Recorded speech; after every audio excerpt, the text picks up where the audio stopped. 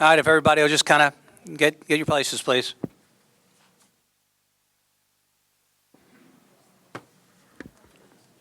Thank you. Good evening and welcome to the November 12th, 2014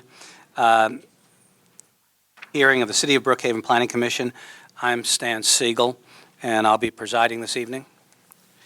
This special called meeting has been called on matters pursuant to the Brookhaven zoning ordinance and specified on tonight's agenda. This November 12th, 2014 meeting is called to order.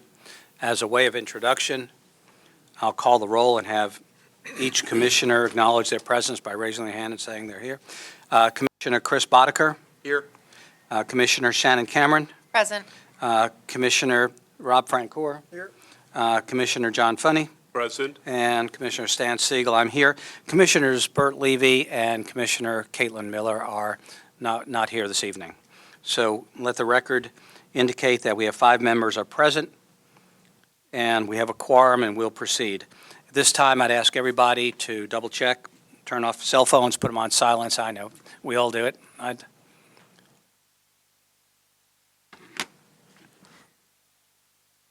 And again, just as a way of a little introduction, you're going to hear from the Director of Community Development for the City of Brookhaven, Mr. Ben Song is here this evening, if you'll, and our Assistant Director of Community Development, Patrice Ruffin-Dickerson, is here as well. And do we have anybody else here? We have DeKalb Commissioner Jeff Rader is here this evening. Anybody else that I won't go through each of the. Okay, there should be a number of copies, I'm sure there are a number of copies of the agenda and other related documents at the back of the room. If you're going to be making a comment this evening, it's going to be necessary to fill out the public comment card ahead of time, and if you would just give it to the Planning Commission is established by the Code of Ordinances of the City of Brookhaven.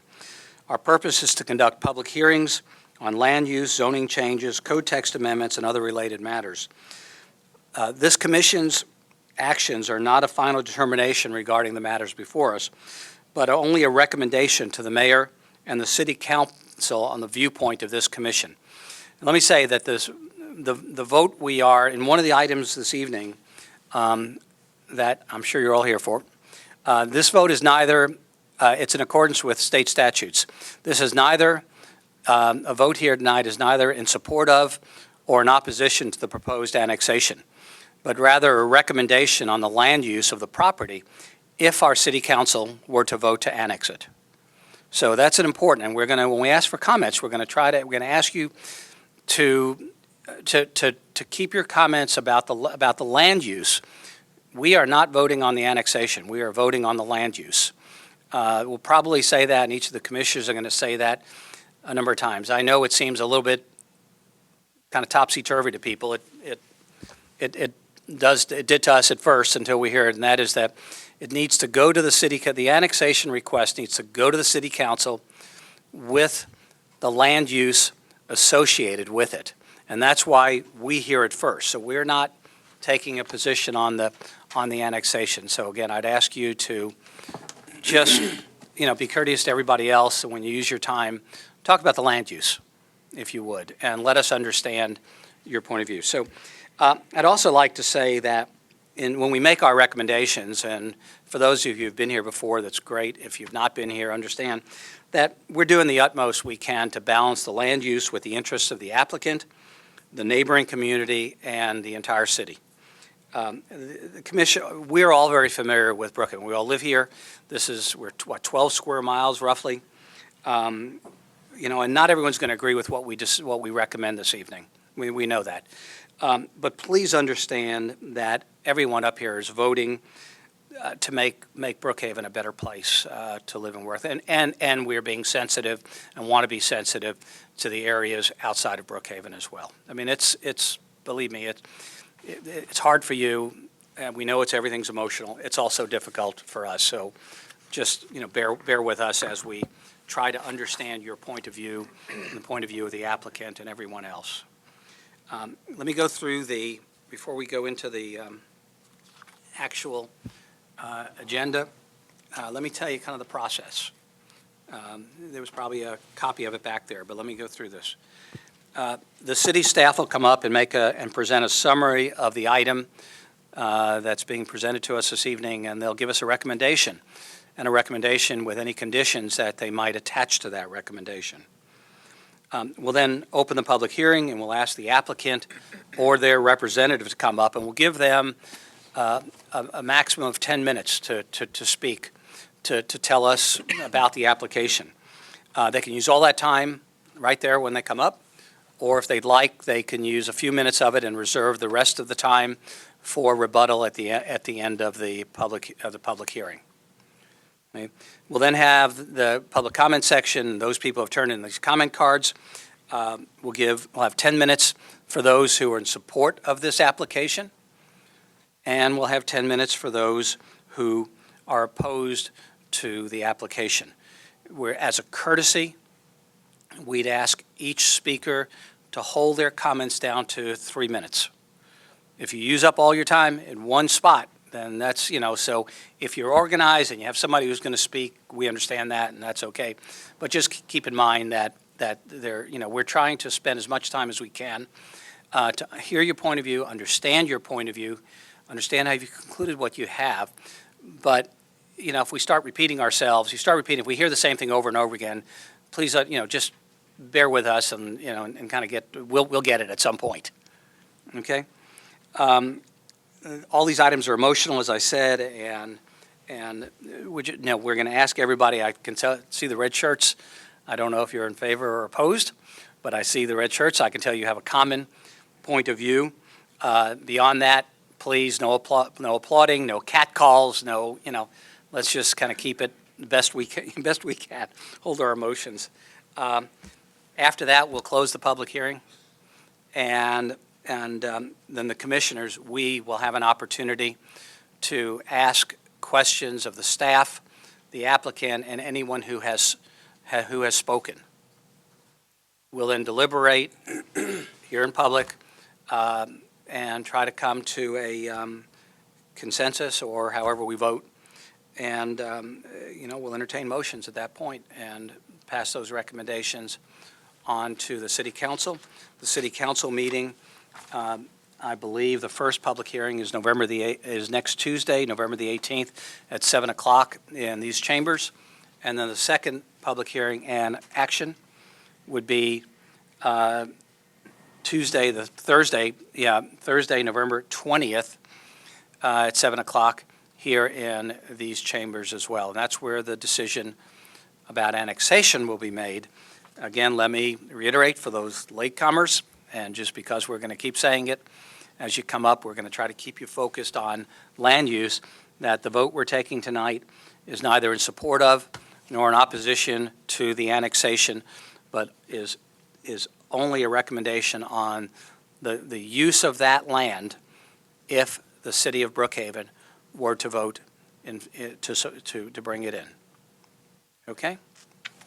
So with that, we'll start with do you have any organizational or procedural? Mr. Chairman, I just wanted to bring up one thing. I mean, we did receive 2 comment cards, but if there are other folks out there wishing to speak, we would ask that the comment cards be brought up ahead of time. Yeah, please. I mean, you can keep bringing them up, but if we're going to keep this thing in some kind of order, it's a big help.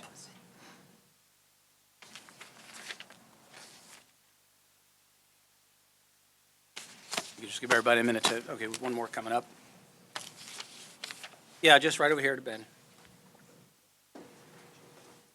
And by the way, when you come up, we'll ask you for your name and your address. That's part of what we do. Okay, Ben, if there are no organizational procedural items, I got to get his attention first.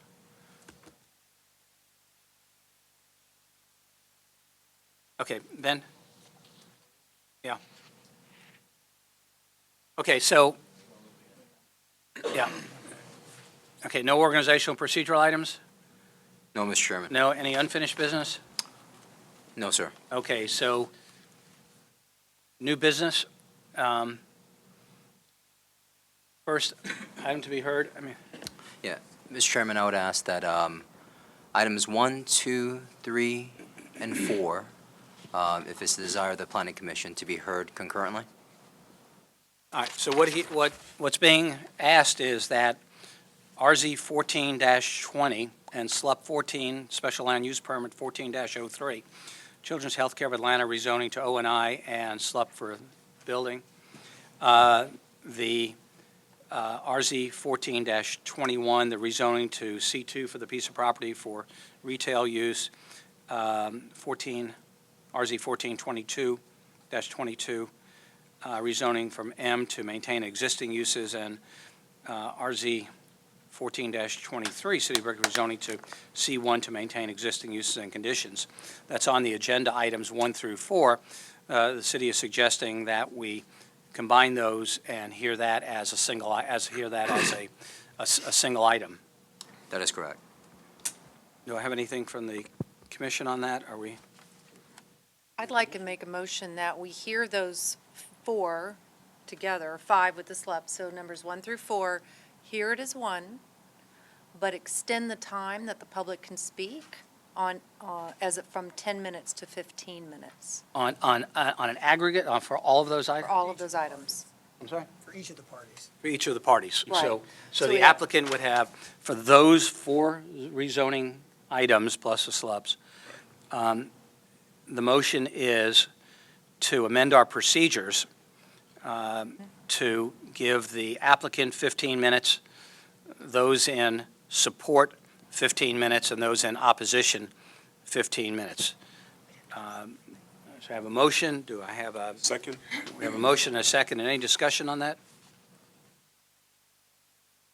All right, so all in favor of amending our procedure, signify by saying aye.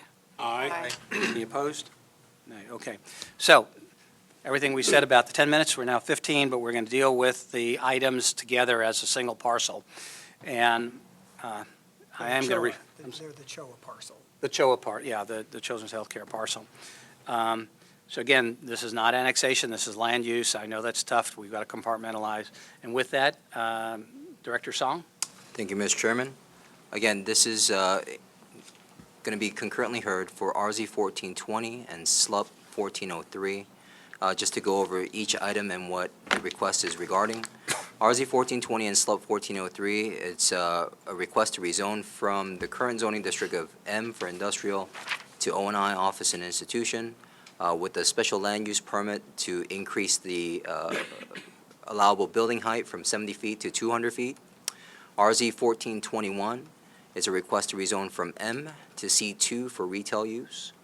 RZ 1422 is to rezone those existing parcels that are currently zoned M to the M zoning district under the City of Brookhaven.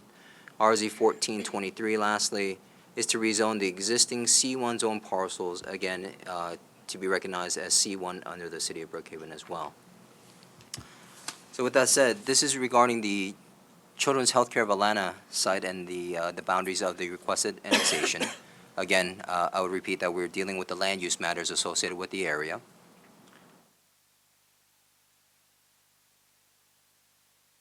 And as you can see, well, currently it doesn't show the existing zoning, but again, the majority of the boundary is Zone M, with the southern portion Zone C1.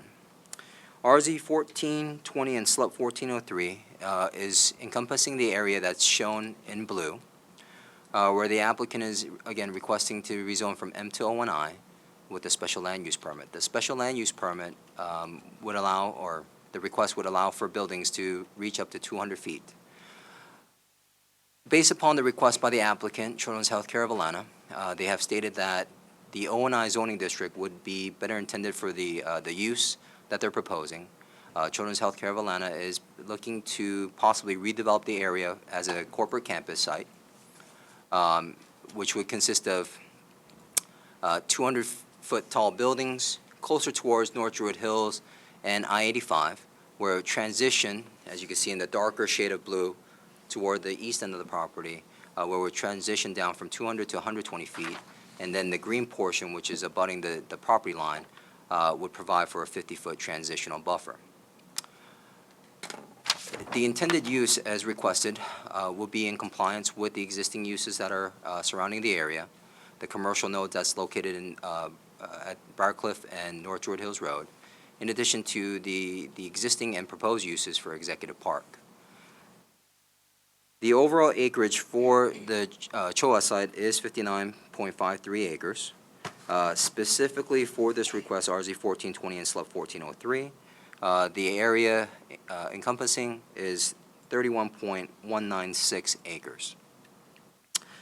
Specifically for RZ 1420 and SLUP 1403, based upon the existing uses, staff has recommended approval and will stipulate to the report and conditions that are listed in the report itself. Regarding RZ 1421, as you can see, the dark red shade on the screen there, currently the property is Zone M. The applicant is, again, in Children, South Carolina, is requesting to rezone to C2. Currently on the site is an existing Piccadilly restaurant. Based upon the information shared by the applicant, there are no future improvements that are going to be made. I believe the existing Piccadilly will remain. And they felt that the C2 zoning would be more encompassing or more in keeping with the existing use, and that's why they have requested that specific zoning to C2. Staff has recommended approval of that request. However, in terms of the actual staff conditions, we did itemize a list of excluded items that would be incompatible in terms of use associated with the existing area. RZ 1422 is to take into consider the existing M properties. As you can see, the two M lots in between the C2 property, the M to the north, and also the M the northeast and to the M to the north, directly abutting Northeast Expressway. Those properties are to remain as is. It's more or less a formality as part of the annexation process in order to for the property to go through the rezoning process to be recognized under the M zoning district within the city of Brookhaven. Based upon the current existence and the fact that it's not going to be redeveloped, staff has recommended approval. Again, we did state a condition that would exclude certain uses that would be incompatible to the area. Lastly, RZ 1423, which is encompassing of 4.5 acres, is to take into account the existing C1, which is currently occupied by 4 separate parcels and 4 separate entities. The first one being Burger King, second being Walgreens, third Mattress Firm, and fourth a smaller retail center.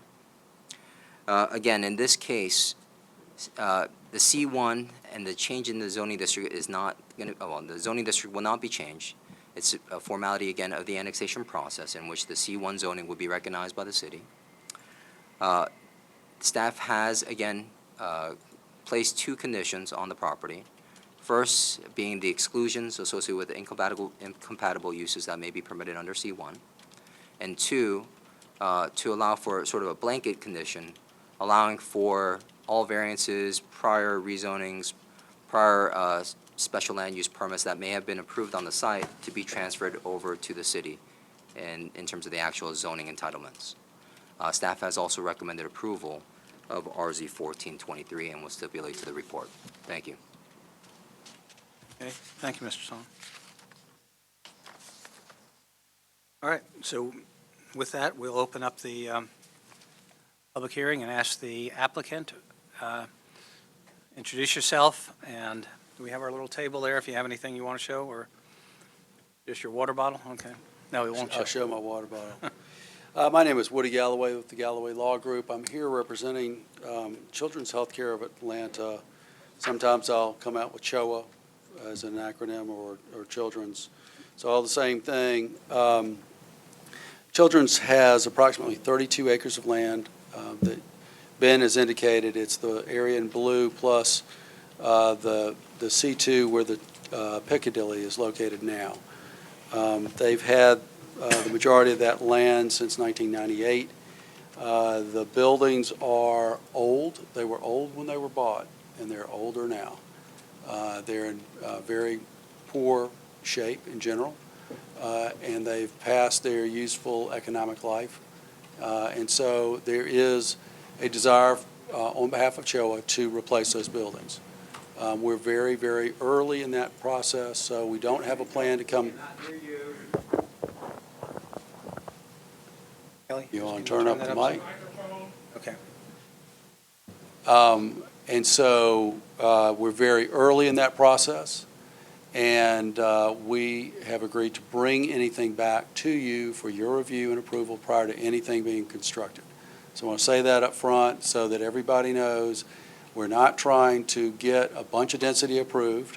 There's already a bunch of density that's approved out there now. It's unconditioned industrial in DeKalb County. So there's no density limitation. The only limitation is height.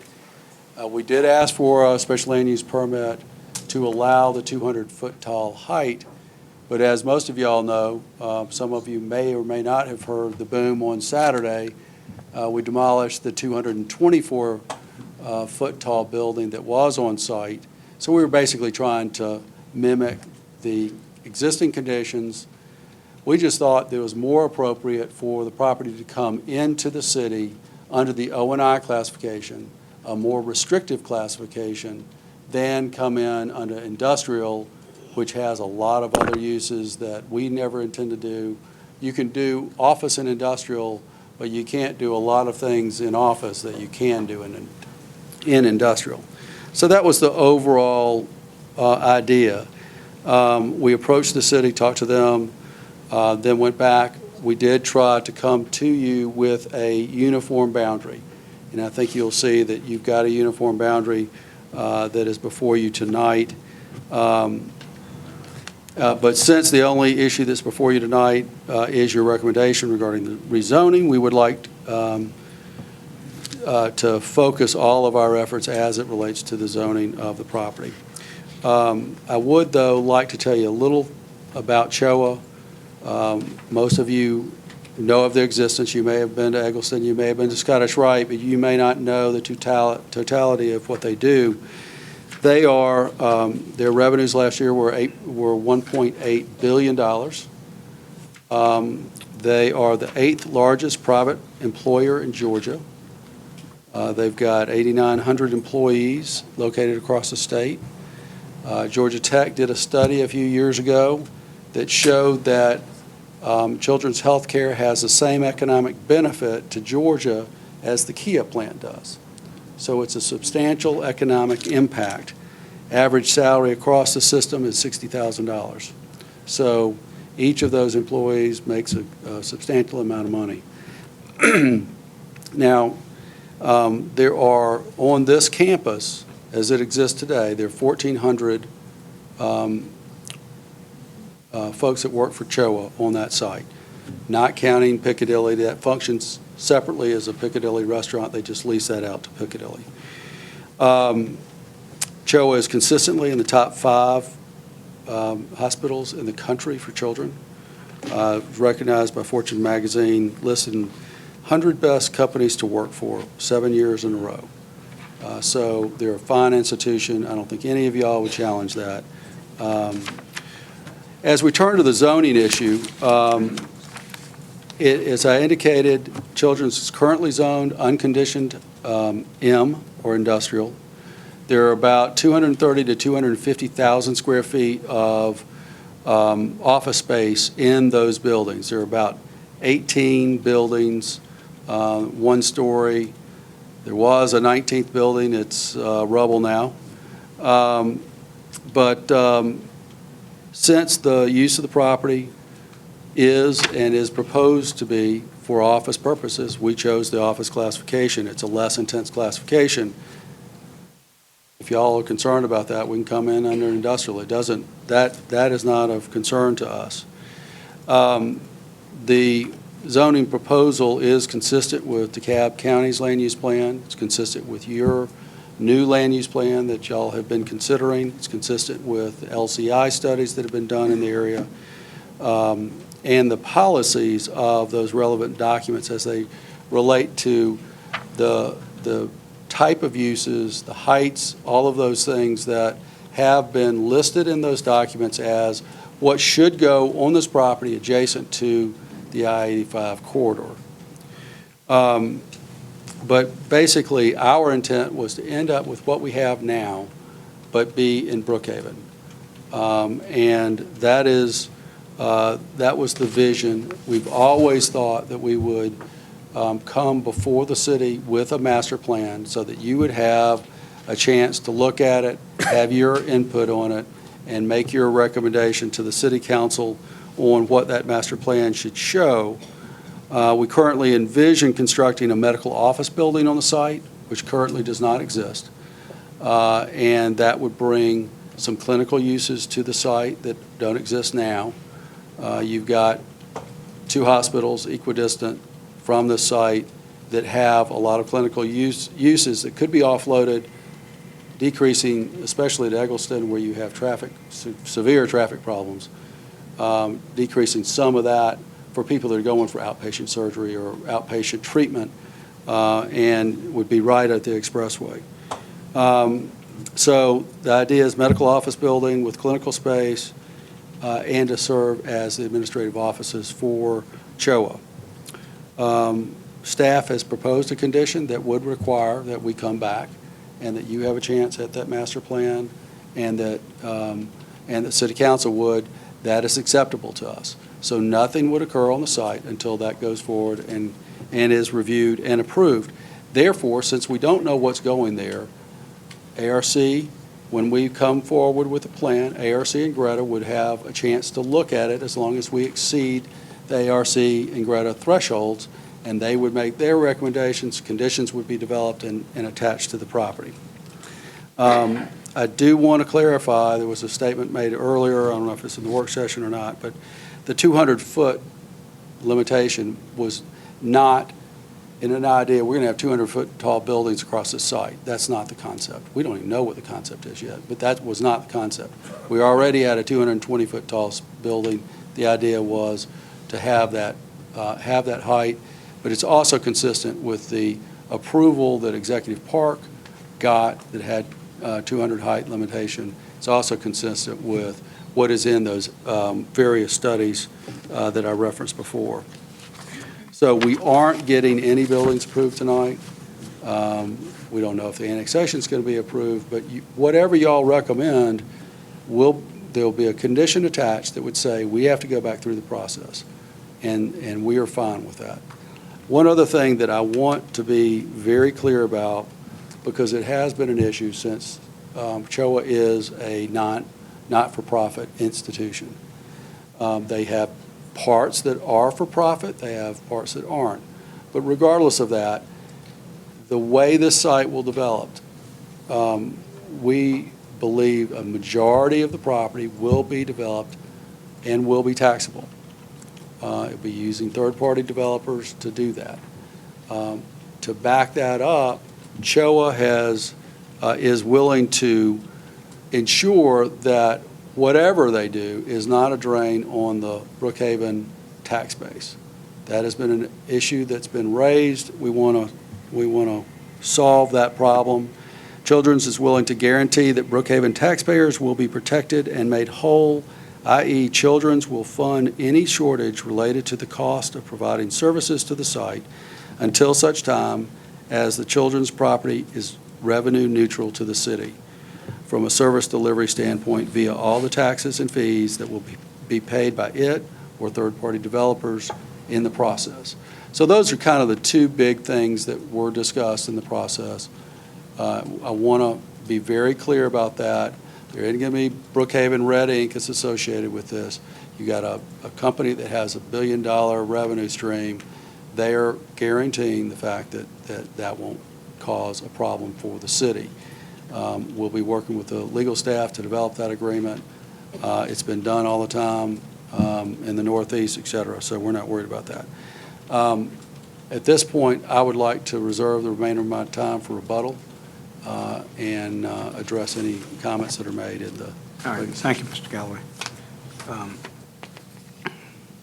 And again, we're going to give we're going to try to keep everything at land use. We'll give a little latitude because you can't stop conversation in the middle always, but please try to address land use. So do we have any comment cards that are in people who would like to speak who are in support of this? And how many do we have? I have 1 in support. Okay, so we have 1 person in support. If you would like to come up, I say we'd ask you. Mr. Dale Boone. Okay. Good evening, board members. I'm the president of Oakwood Neighborhood Association, which is North Druid Hills Road from Beaufort Highway all the way back to Roxborough and White Road. We are 100% complete support of this annexation and the use. My family actually runs an accounting business for the last 25 years. And when we I'm sorry, let me, if I could for just a second, you may have walked in afterwards, and just direct your comments. We are addressing land use issues here. We're not going to vote tonight either in support of or in opposition to the annexation, but only the land use itself. So just proceed, but just, Well, you may we- comment after that, so that's. We support because we have a lot of businesses that are ready to come up Okay. onto Loman Plaza and to the parcels that you've said for annexation and for land use. Okay. So that's what we're trying to get to, is they have contacted us and they say they are ready to go as long it is the city of Brookhaven. They do not want to deal with DeKalb County. They do not want to deal with any cities that are up and coming. They only want to deal strictly with Brookhaven. So, thank you. Sir, can you give us your address, please? Yeah, that's a good point. 1600 North Druid Hills Road, Thank you. Brookhaven resident. Thank you. You can all see how hard it is going to be to keep ourselves, we're going to keep focused. So how many do we have and what do we have coming for us? Yeah, anyone else want to speak in support of? Okay, so we'll switch gears to people who would like to present their points of view in opposition to the land use that's being proposed, so. I have 5 speaker cards in opposition. All right, 5 feeder cards. If we keep our comments to the roughly 3 minutes, we'd be in great shape here. Although, again, we don't want to rush anybody. We want to hear everybody and so, Beginning with Mr. Jeff Rader. okay?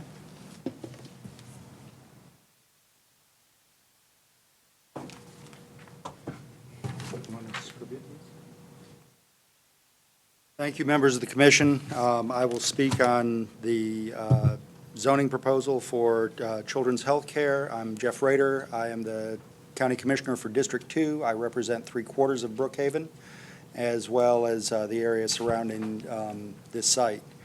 Mr. Galloway's presentation, Your address, please? 1300 Commerce Drive, Decatur. That's where you reside? Pardon me? Is that where you reside? Go ahead. Okay. That's the county building. He's county commissioner. I think Mr. Galloway's proposal is a little glosses over the fact that the current zoning is for a maximum of 5-story buildings. This is, or 70 feet. This is proposed for 200-foot tall buildings. Obviously, that's a substantial increase in potential density, whereas he's certainly suggested that they'll come back. They will, if you approve this, and if the council approves this, they will have a entitlement that may be substantially greater than what they propose, but nevertheless, the entitlement will be there. And so I think that the city actually has, I don't believe their application is complete. You require an extensive complement of site plan and other details until such time as the details of the development can be presented. You should limit it to a density that is consistent with the existing density. And I think that the other issue that you really need to consider is the location of this property as it relates to the current or future boundaries of Brookhaven. I'm not speaking necessarily to annexation, but instead long-term compatibility with surrounding neighborhoods and the ability for citizens who are directly affected to have a venue in which their concerns and their needs should be considered. I will also say that the lack of the site plan is all that is keeping the Atlanta Regional Commission from reviewing this as a development of regional impact. So to a certain extent, that process is being circumvented by the ambiguity and vagueness of this particular proposal. Please demand it or ask for a site plan. Make your decision based upon some formal proposal rather than quadrupling the density or tripling the density, I guess, without any specific plan for development and with the analysis that would result from that. Thank you, Commissioner Rader. We appreciate your service to the community and the time you're spending here. C.D. Wright.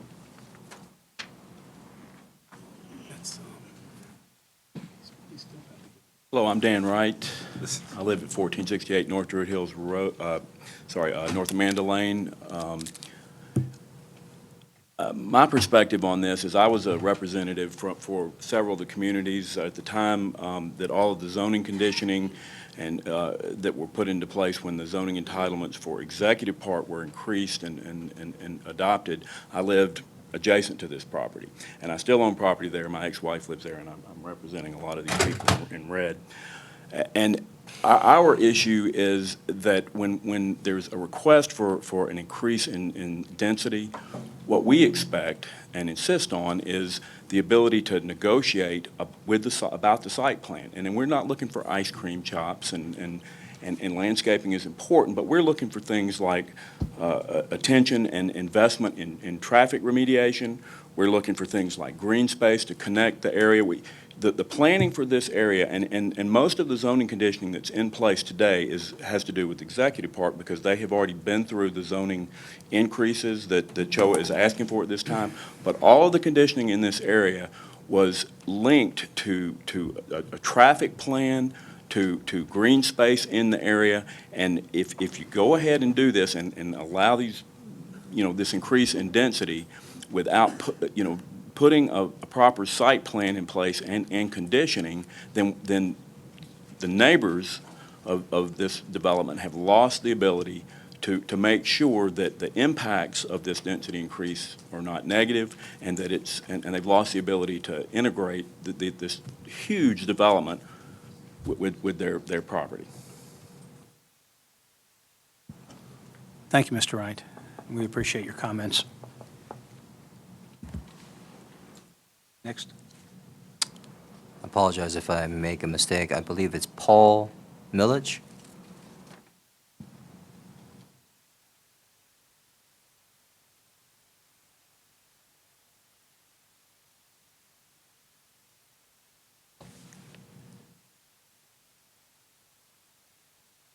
Thank you. I'll be brief.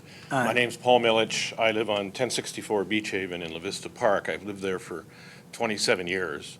I'm a law professor at Georgia State. Now, I don't teach land use. I teach evidence and contracts. But we're obviously very, very concerned in our community that the impact of this type of major redevelopment of both of these properties is going to affect us mightily in a way that we have absolutely no say. We're particularly concerned about how quickly this is happening.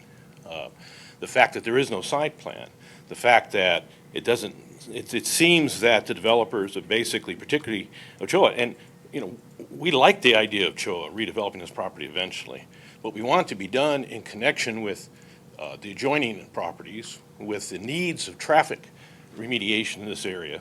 Most of us drove over here from La Vista Park today, and we were all stuck in traffic the entire way. Traffic is horrible. When the site traffic study was done a number of years ago in connection with the Executive Park project, basically it was rated F in terms of being just, abysmal in terms of traffic in this area. And yet all this development, all of a sudden, we thought we had a handle on it. We were talking to Executive Park, we were dealing with them, we were getting some stuff done. A tax allocation district looked like it could help pay for some of the changes that are needed. And then all of a sudden, there's this jump to Brookhaven. And our fear is they think that somehow they're just going to be able to run it right through you folks. You guys will just approve anything, and they'll get whatever they want, and they'll leave the mess to us who actually live in the neighborhood. So I'd ask you to basically defer. I'd ask you to slow this thing down, because I think what we're doing is we're creating a mess. It doesn't have to be a mess. This area can be properly developed in a way that's good for everybody, both in Brookhaven and in the surrounding neighborhoods. Thank you very much. Thank you, Mr. Milich. We appreciate your comments. Ben? Amy Hillman.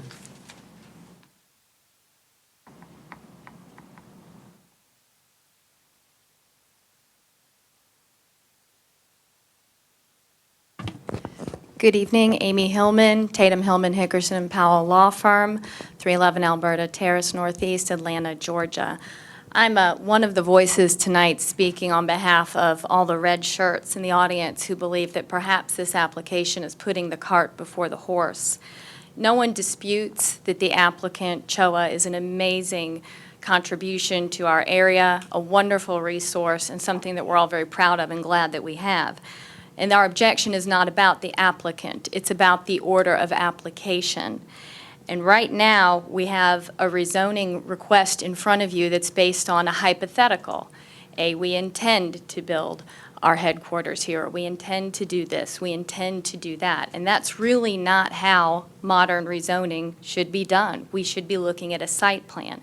We should be looking at setbacks, at how the new buildings that are 200 feet high will integrate with not only the physical environment, but with the roads and the timing of the traffic lights and things like that. This will be a development of regional impact, and it should be treated that way. There's no law that even requires CHOA to keep this property after the city entitles it, if that's what this board's inclined to do. If you entitle first, you will be setting a precedent for yourself as a city, and you will be negotiating against that entitlement going forward when a site plan comes to you. I have been on the other side of this podium, so to speak, for many, many, many years. And I'm here to tell you, once the property is entitled for this level of density, you've lost a whole lot of ability to control what the built environment looks like. And while I appreciate that the applicant has said they will bring the final plans back to this board, at that point, the zoning's already in place, and they have a right to redevelop under that zoning. I don't think, as I look through the staff report and I look through the application, it talks about that there's not going to be an adverse impact on the streets or the infrastructure. There's no way to know that. We can't know that. And as far as I'm aware, functional obsolescence of a building is not a reason to rezone a property. So we would ask that you just hit pause on this and let's get that development plan. Let's take a look at this. Let's get comment, meaningful comment from your planning staff and from your citizens that is based on more than a hypothetical. Thank you. Thank you, Ms. Hillman. Martha Groves?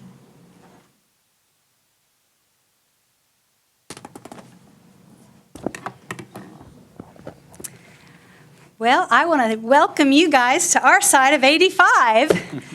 We love Brookhaven. It's not about Brookhaven. My family lives in Brookhaven. My friends live in Brookhaven. I shop and eat in Brookhaven. We love you guys, so that's not about it. Good, and But tell us where you got your name, so now tell us where you live. So, North Druid Hills, what's the address? on Berkeley, 1467 Berkeley. Okay, we need So- to, when you're speaking, it's going to the record, so. Excellent, thank you. Anyway, I just wanted to say that we love CHOA too. So this is not about it's a love fest. Actually, it's not a hate fest, so there's no animosity. But we also are very concerned about Brookhaven. I've been a resident of what wasn't Brookhaven when I was there in Pine Hills for many years. So I have a particular affinity for what happens in Brookhaven with my family there. And I would like to suggest that somebody has to think about who is going to foot the bill for the infrastructure improvements that are required, and that's why we're wearing this, is that I think it could bankrupt Brookhaven. First of all, my brother alone on the little connection between 85 and 400 was paid $12 million. So the cost of fixing that interchange is going to be in the tens. He was paid $12 million.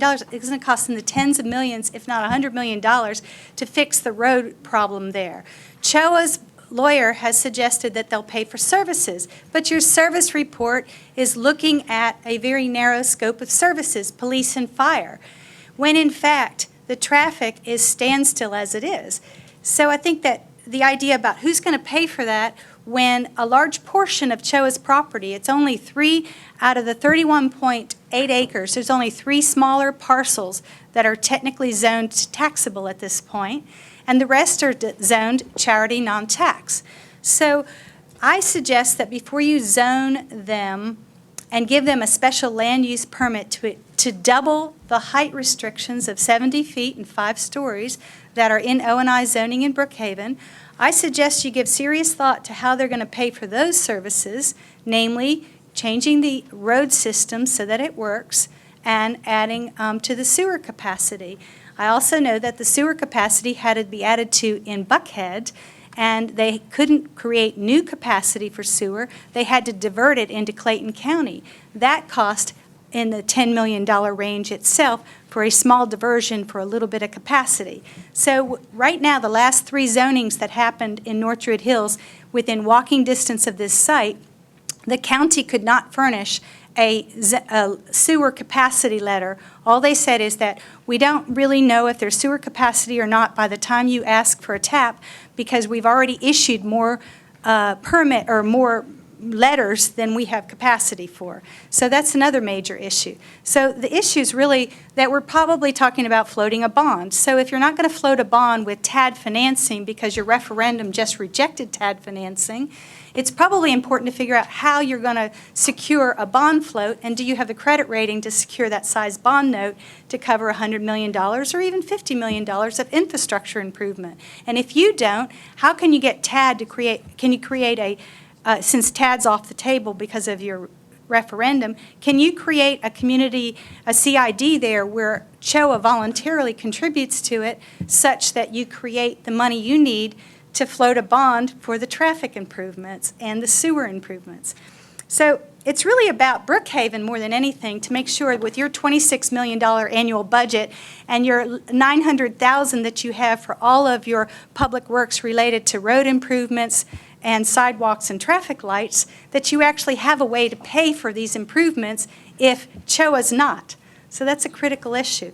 And the last issue is that we want, your zoning code requires you to have a detailed site plan, as Amy said, and we as the neighbors who back up to this property want to know exactly what heights are close to that property. We want to know exactly what kind of undisturbed buffer there is. We want to see a site plan with roads, how the traffic goes. And we would like to have, as your own zoning code requires for a special land use permit, we want to see what the ARC and Greta have to say about the impact on the overall region of this development of regional impact. Thank you very much, and welcome to our site. Thank you, Ms. Gross. Mary Hudak? I'm sorry? I believe it's Mary Hudak. Got it right.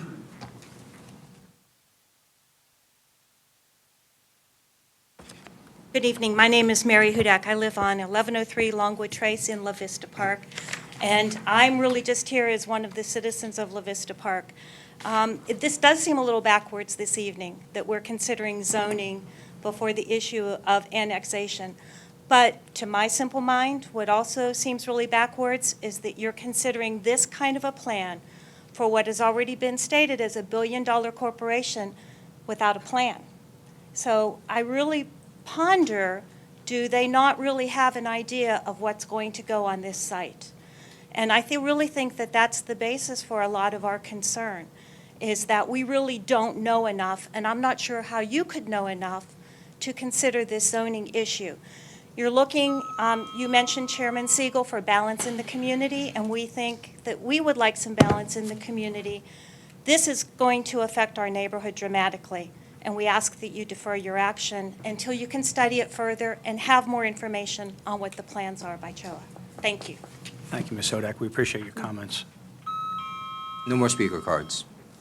Well, before I ask Mr. Galloway to come up and rebut, I think you guys did a great job of, everybody opposed and support keeping to the topic. I appreciate that, and I appreciate the decorum. So, Mr. Galloway, would you like to use the remainder of your time?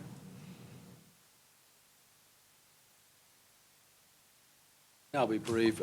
Our intent is, we've got a site, it's unconditional industrial. It's zoned unconditional industrial. There is no plan now. You've got existing buildings that are haphazardly done.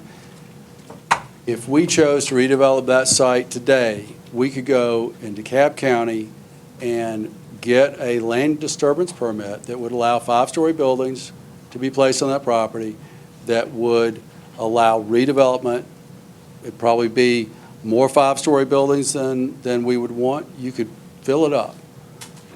That's not the idea. The idea is to do this company This organization prides itself on doing things well, and they will do things well.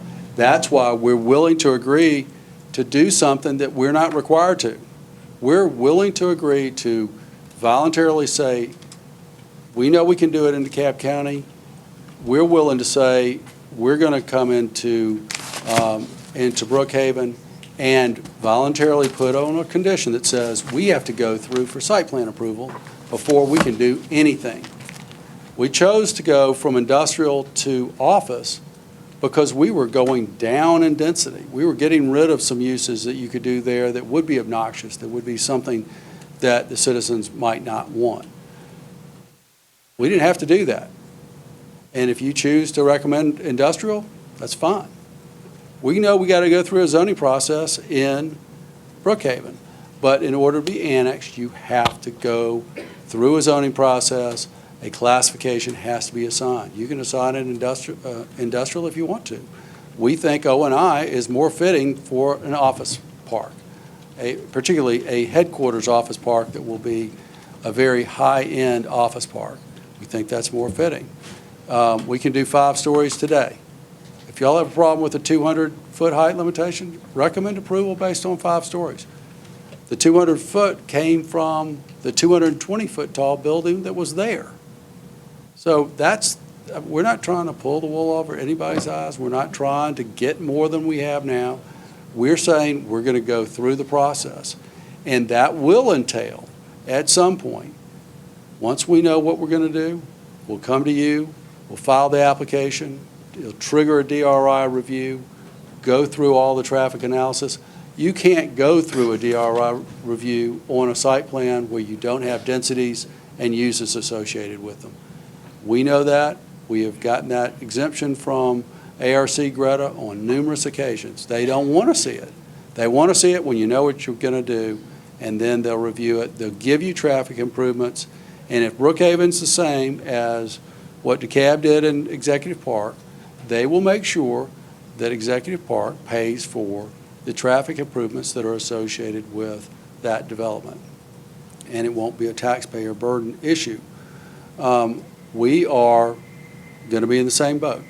If we propose something that's going to require transportation improvements, then CHOA will be looked to make those improvements. Those will all come out in conditions of zoning as those are developed when the property actually goes through the zoning process. This is a placeholder. It's nothing more than a placeholder. If you want to use industrial, you can use industrial. If you want to use office, which we think is more important, you can use office. Stepping to the Piccadilly, again, that's a piece of property that's owned industrial. It's used for a restaurant. It's really not an appropriate classification for a restaurant. We put C2 on it because it sticks out from the rest of the property. It is unlikely that it will be developed as a part of the O&I portion of the development. That's simply in recognition of the use that's on the property. That's all it's about. Again, we have agreed to the condition that requires us to go back through the process and rezone it. We've also agreed to make sure that we cover the cost of services that are extended to this site and until our tax base brings it up to where it meets those levels of service so that the taxpayers of Brookhaven don't have to pay for the services provided. Thank you. Thank you, Mr. Galloway.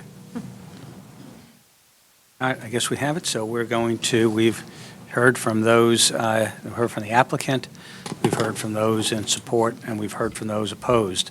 So with that, we'll close the public hearing and open it up to questions. And I do think that everyone did a really good job of expressing your points of view and helping us understand things. So thank you. Questions, we'll start with Commissioner Cameron. There are no questions today. For those raised, we're not in a Q&A. This is for us now. So, I have a question for staff. If we, how do I say this? Deny what's being proposed, keep it the way it is now by the county, so nothing would change as far as we're concerned. Hypothetically, goes to city council. Hypothetically, right? They could come back to us if and when this annexation occurred with this proposal without any penalty, is that correct? Meaning there's not like a 2-year waiting period or anything like that if we would normally deny an application? Oh, well, if it goes through the land use process that we have in place, Right. and it goes through let's say the annexation was approved, but ultimately this request was denied, then the successive application requirement that you're referring to would kick in, Which means, at 24 months. 2 But years. minimum, it would be 6 months that they would have to wait before they could petition the city council to consider a new plan for rezoning of the property. so let me clarify real quick. Hypothetically, we could deny the rezoning application for 1 through 4. Hypothetically, it goes to the city council. Hypothetically, they approve, all making this up. Then the applicant, 6 months after that date, could go to council and say, we'd like to resubmit rezoning for this parcel. Council can approve or deny it. Hypothetically, they approve, then it could come back to the planning commission. Is that accurate? That's a possibility, yes. But isn't, What else? I would say that is a possibility, because obviously everything that we're discussing here is on hypothetical Hypothetical. terms. Yes, that is a possibility, definitely. It's just it comes down to the fact that they would have to comply with the requirements of the successive application, again, 24 months or 6 months before they could actually request city council for them to be reconsidered, okay? I mean, one other thing that you could possibly, again, whatever the desire is of the planning commission, the applicant also stated one other fact, or one other alternative, which is, this is, again, as stated, more or less a formality as associated with the annexation process in terms of the land use. The request 2019 with the SLUP doesn't necessarily have to be approved. It could be, or it could be considered also, the SLUP could be something that could be considered as a factor that comes into play, but based upon the arguments received in terms of no plan or significant defined plan associated with the redevelopment of the site, the SLUP could be possibly put down as well, if you would like to consider that, meaning the request to increase the building height to 200 feet. No, I have my answer. Thank you. Chris? And just 2 questions, one quick follow-up to that for staff. I'm sorry. Come back. So what you're saying is that the SLUP could be decided separately? Oh, yes, the individual, they're all individual items, so 1 through Okay. 4, but obviously SLUP is a separate matter altogether, so Okay. those could be considered individually and separate. Okay. The only other question I have would be for Commissioner Rader.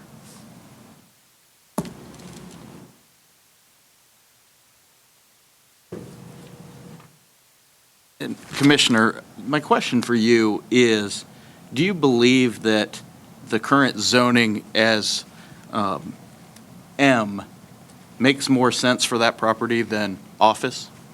Well, it served them well under their existing use. I've seen no, restriction. There are other uses in that area that are appropriate to M. So there's going to be a compatibility issue. There's a bakery.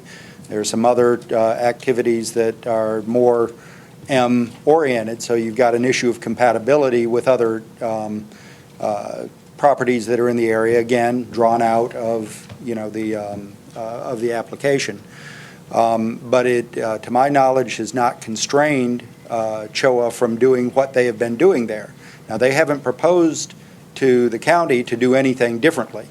So I really think that the zoning should depend upon a, complete application with a site plan and other details that would give you the data to analyze to determine whether or not that is appropriate. And, what the community's attorney said is true. Once you give them the entitlement, then you're just negotiating how you arrange it.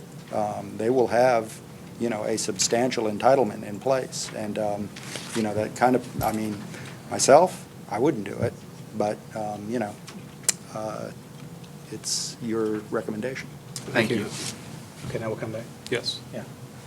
Me? Okay, no, not for you, I'm just, Thank you, sir. thank you.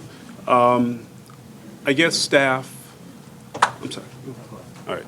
I guess just from my hearing of the applicant and my hearing of the citizens that are here, I just have some key points I would like to state from how I see this from as a commissioner, and will be voting on this. The applicant has agreed that he will provide a detailed site plan as a part of the approval for the Planning Commission and the City Council.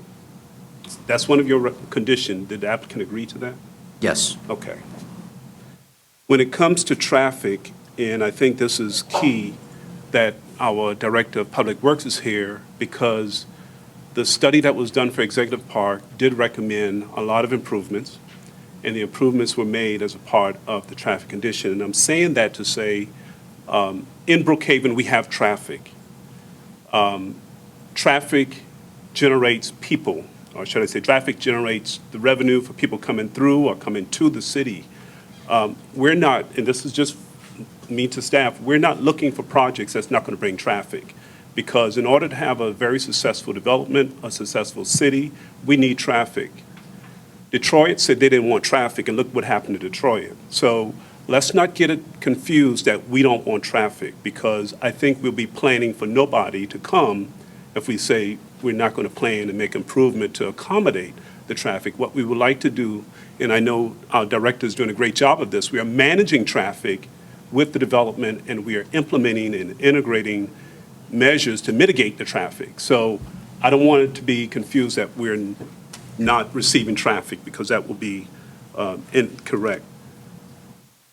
The other item I want to make sure that I'm understanding correctly is that this applicant has agreed, and I'm glad we have our city attorney here, that he will basically foot the bill to relieve the taxpayers of the city of Brookhaven of any funds that are needed to cover the costs associated with the land use that we're looking at today. Is that what I'm hearing? Actually, there's 2 points, just for clarification. He talked about funding in 2 separate matters. One is related to service delivery. We did publish a service delivery report specific to police presence and code enforcement if both sites, Executive Park and Troy, were to be included into the city boundaries. That's one aspect in terms of the funding, and I believe that's what he was referring to. The second point is, let's say, funding associated with traffic improvements.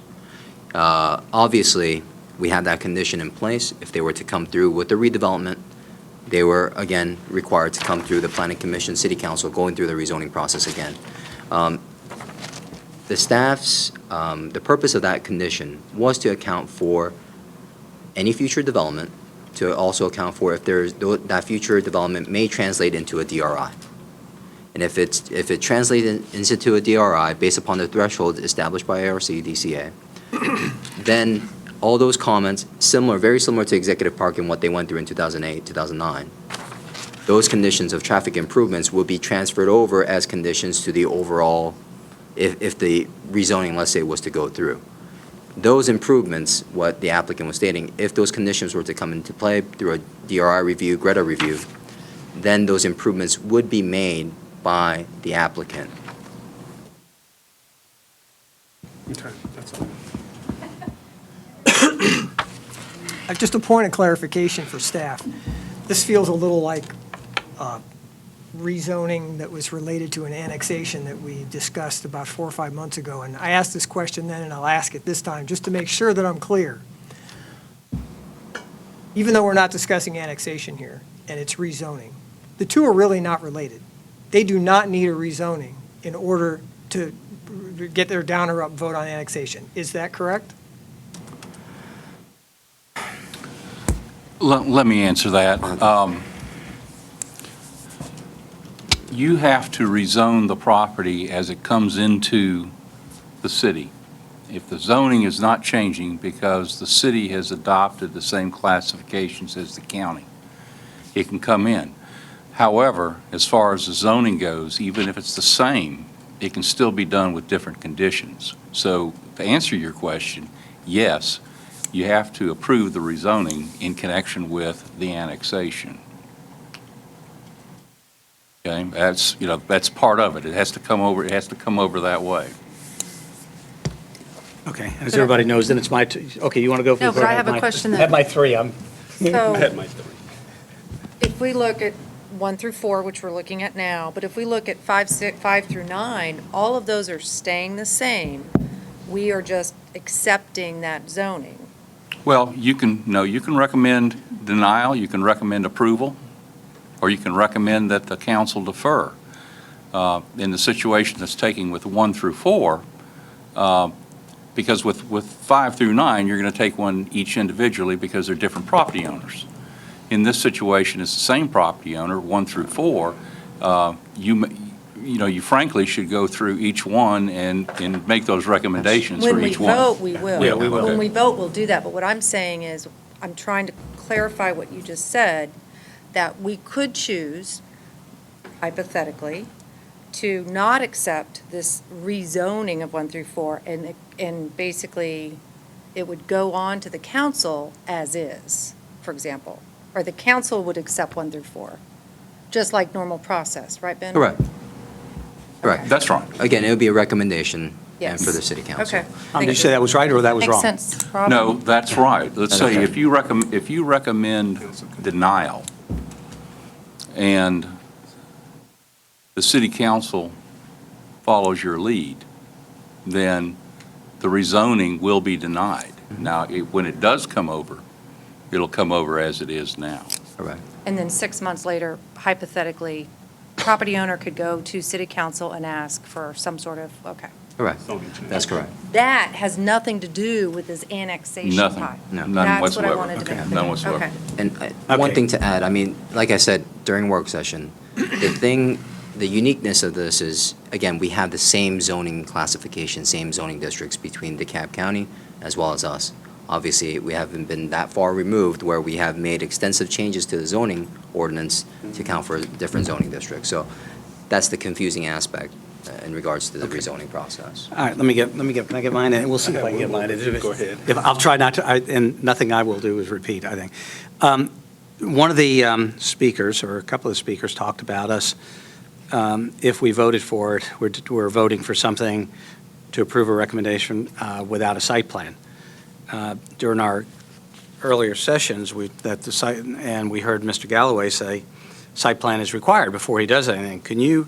I keep looking, and of course with 600 pages or whatever it is, where in there does it, what I'd like to see is something that says, no land disturbance permit will be issued before a site plan is presented through the full cycle of planning and zoning. We talked about it, but I have yet to find it in here. And I heard a few people talk about that, so I want to make sure it's in here and that it's addressed. I was wondering, Whoever gets condition to- number Well, one? condition number 1 that you're referring to, Stand page 18. 18. I mean, I'm sure it's here, I just want to make sure. Page 18. no, actually, it's page 16, All right, I lied. 16. where it states. By the way, if you haven't, we are, Yeah. So it's page 16 of the agenda packet, which states that redevelopment of the subject property for a master plan corporate campus for Children's Health Carolina shall require approval by the Planning Commission and City Council. Essentially is to account for the fact that there is going to be future development Okay. of the property, and that we could have the appropriate sort of review process, which is the rezoning process in itself. we had talked about it, and I just Sure. kept passing it up. I want to make sure that we're not going to build anything here until they go through a site planning with us. Right. So, we do. That's, the other question, or the other comment I heard from people had to do with, and I apologize, I kept writing down where it was done, but that we'd be approving an increase in density. And can you comment on that? Yeah, I mean, I would not deny the fact that partially they are correct. In terms of the entitlements stated by Commissioner Rader, in terms of the entitlements if the SLUP was to be approved. And that's why I mentioned, again, there isn't any specific plan. Obviously, the applicant has stated it's in the conceptual phase. That's why we put that condition in there. The entitlement aspect of it and the increase in density could potentially be correct in that if you were to approve the SLUP, allowing for a 200 increase in the building height to 200 feet, obviously it could allow for the increase in density, depending on the size of the overall building. And I guess the baseline comparison would be what is permitted now. Under the O&I zoning, if it was to go through, O&I zoning would allow for a 5-story and 70-foot tall building in comparison to the SLUP request of 200 feet. And that's why I mentioned, if there is any specific issues that or complications that the Planning Commission foresees based upon approval of the SLUP, that could also be considered for denial if that's the desire Okay, of the and Planning then Commission. I have one last question, and again, I hope I'm not repeating. I believe it was, this is again for staff, so I believe it was Commissioner Rader said that all that's approved, that what's approved now are 5-story buildings, essentially. But there was a 220-story. I saw it, the other day on the news, came down. Actually, we were just talking about So, it. I mean, where is, so when you look at the existing, and I heard other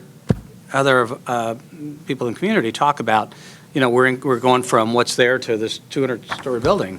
I thought that's what was there, and that's what I'm trying to reconcile that. Yeah, I mean, I know, yeah, so I'm trying to reconcile that, what we are being asked for. Please. We're just trying to get through this with an understanding, and just let us work our process, please. I mean, in terms of the... So how'd that get there? Again, it depends on what the zoning restrictions were at that time related to building height. There may have been nothing that addressed building height. If based from the comments from the crowd, if it was done 50 years ago, roughly around 1960, 1970, let's say, I can't necessarily say what the county ordinance stated in terms of building height. But there's nothing that you found in the records that would indicate that 200-foot building was legally there? No, it may be legal in that they got the necessary permits. Again, it's all based upon the requirements and the regulations that were enforced at that time.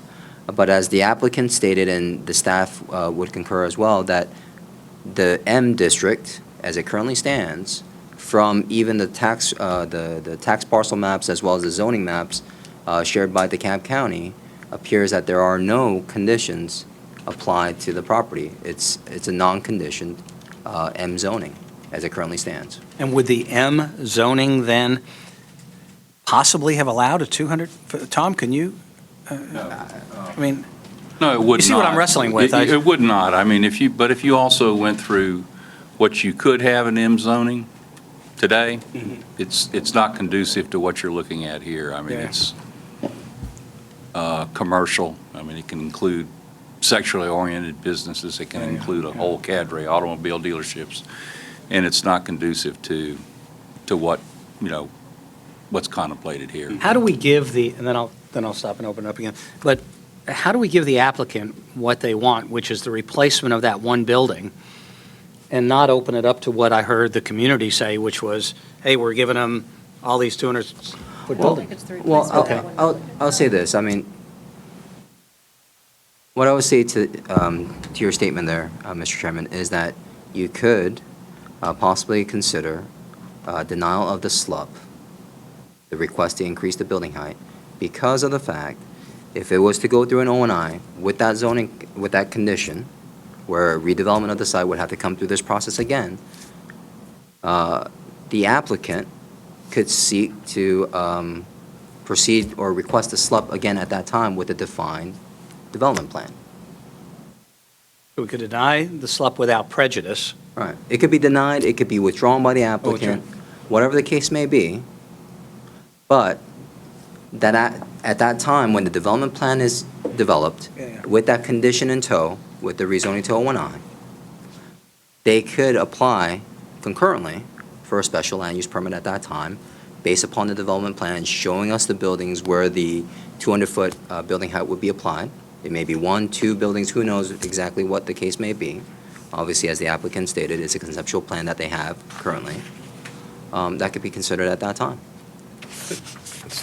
You go. I think in keeping consistent to what we've done as a planning commission previously, as a developer determines that they want to do height at a different level and do step down in the process, we would review that as a part of the detailed plans. And we don't have that in front of us right yet. So I think we're asking an applicant to have a detailed site plan when they don't even know if this is going to be approved as annexation. So I think we're too early in the process to say we know exactly what building height would be where, because if the city council votes the annexation down, they would have dumped money out there to put a site plan in front of us that may not be approved. So I'm just, a little perplexed that, well, first of all, this location is not going to have single-family residents. Let's talk about density. Right. Okay. We cannot sit here and say, with the nodes that are happening on this arterial, that you're going to have a lesser intense density with the access to the interstate. I Right. think we, as a planning commission, understands that. Let's look at different nodes around the city of Atlanta that have interstate access and what's happening there and adjacent to it. Perimeter CID. They don't have lesser intense density there. They have density because people are right at the interstate. They have good access. Yes, there's traffic, but businesses haven't closed or people haven't moved away from Perimeter CID because it's a great place to be. That's happening more. Galleria, Cumberland. I mean, same situation has happened. So we got to really think about this from what have we done previously as it relates to the site plan. We've gotten the applicant to come in and tell us where the buildings are going to be when they have the detailed site plan, but I don't think we're there yet. And I think we still have an opportunity to have them come back to us to approve and make recommendation at that time. But I think we're a little too early to say where the 200-story building, 200 feet building is going to be. Boy, that really would be tall. That would be New York. No. Sure. I mean, just to quickly point out, the Choa site is actually, per the DeKalb County Comprehensive Plan, classified as the highway corridor character area, which does promote high-density commercial, industrial, office, and residential uses. Oh, it's already there? Yes, and actually, the executive park, which was approved, again, in 2009, which allowed for buildings to be up to 12 stories, 200 feet, they're in a character area that is less intensive than Choa site. And another alignment to bring up is actually the City of Brookhaven Comprehensive Plan. Brookhaven Comprehensive Plan across North Druid Hills, across 85, we consider the intersection of North Druid Hills and Beaufort Highway to be a regional center, which allows for high-intensive uses. So in terms of the alignment of the uses and the character areas, it's very similar. Okay, I think we are getting close to, Yeah, let's kind of see if we can, I want everybody to get everything they need, but Rob, let's start. I have what I need. He's got what he needs, so we'll think about wrapping it as we, so. The final question I have, Chairman, it seems like we've narrowed everything down to this one issue of the SLUP, and I'd like to hear from Mr. Galloway, just one last time for him to clarify what he was talking about with regard to the SLUP. Given the level of confusion and contention up there, we'll be glad to withdraw the SLUP application and deal with it, as you were indicating, when we come back through with the master plan. That deals with Mr. Rader's issue because the densities would be the same. Nobody can complain that it's going from industrial to office because they allow the same things. Height's the same. They just eliminate, O&I eliminates a bunch of uses that you could do that you, so if we eliminate the height request, just come in with the zoning request, it eliminates these issues, we'll deal with it a year, 2 years from now, 3 years from now, when we come back through with the master So plan. you are requesting a withdrawal? We are officially requesting we Thank do you. that. That's part of your recommendation, we'll live with it. Okay, thank you, sir. Your- All right, did we? Just as a clarification, Okay, just the I'm sorry. withdrawal of the SLUF. Just the Just the SLUP? SLUP. Just Just the the SLUP. Yes, we understand that. And if I could ever with all these papers, I can figure out which slip number that was, but 14-03. 14-03, thank you. Thank you, sir. Okay, so, have we gotten everybody's, quite as much as, are we ready to, Let's go ahead. are we ready to I call am. for a motion? Bring it Let's on. make, first off, I'd like to make a motion to allow the applicant to withdraw SLUP 14-3 without prejudice. Okay, we have a motion to withdraw special land use permit 1403 without prejudice. Do I have a second on that? Second. A motion, a second. Do we have any discussion on this? I think the only discussion I have is I think this shows a lot of community interaction, and I appreciate that. Anything else? Okay, all in favor of allowing of SLUP 1403 to be withdrawn without prejudice, signify by saying aye and raising your hand. Aye. Any opposed? No, okay, so the 200-story, the 200-foot building, the SLUP is withdrawn without prejudice. So next and we're going to have to go through these one at a time. We'll entertain a motion for RZ 14-20, the rezoning to O&I. Don't read it all. I won't. Mr. Chairman, I'd like to make a motion that we deny RZ 14-20. And we have a motion to deny RZ 14-20. Do we have a second?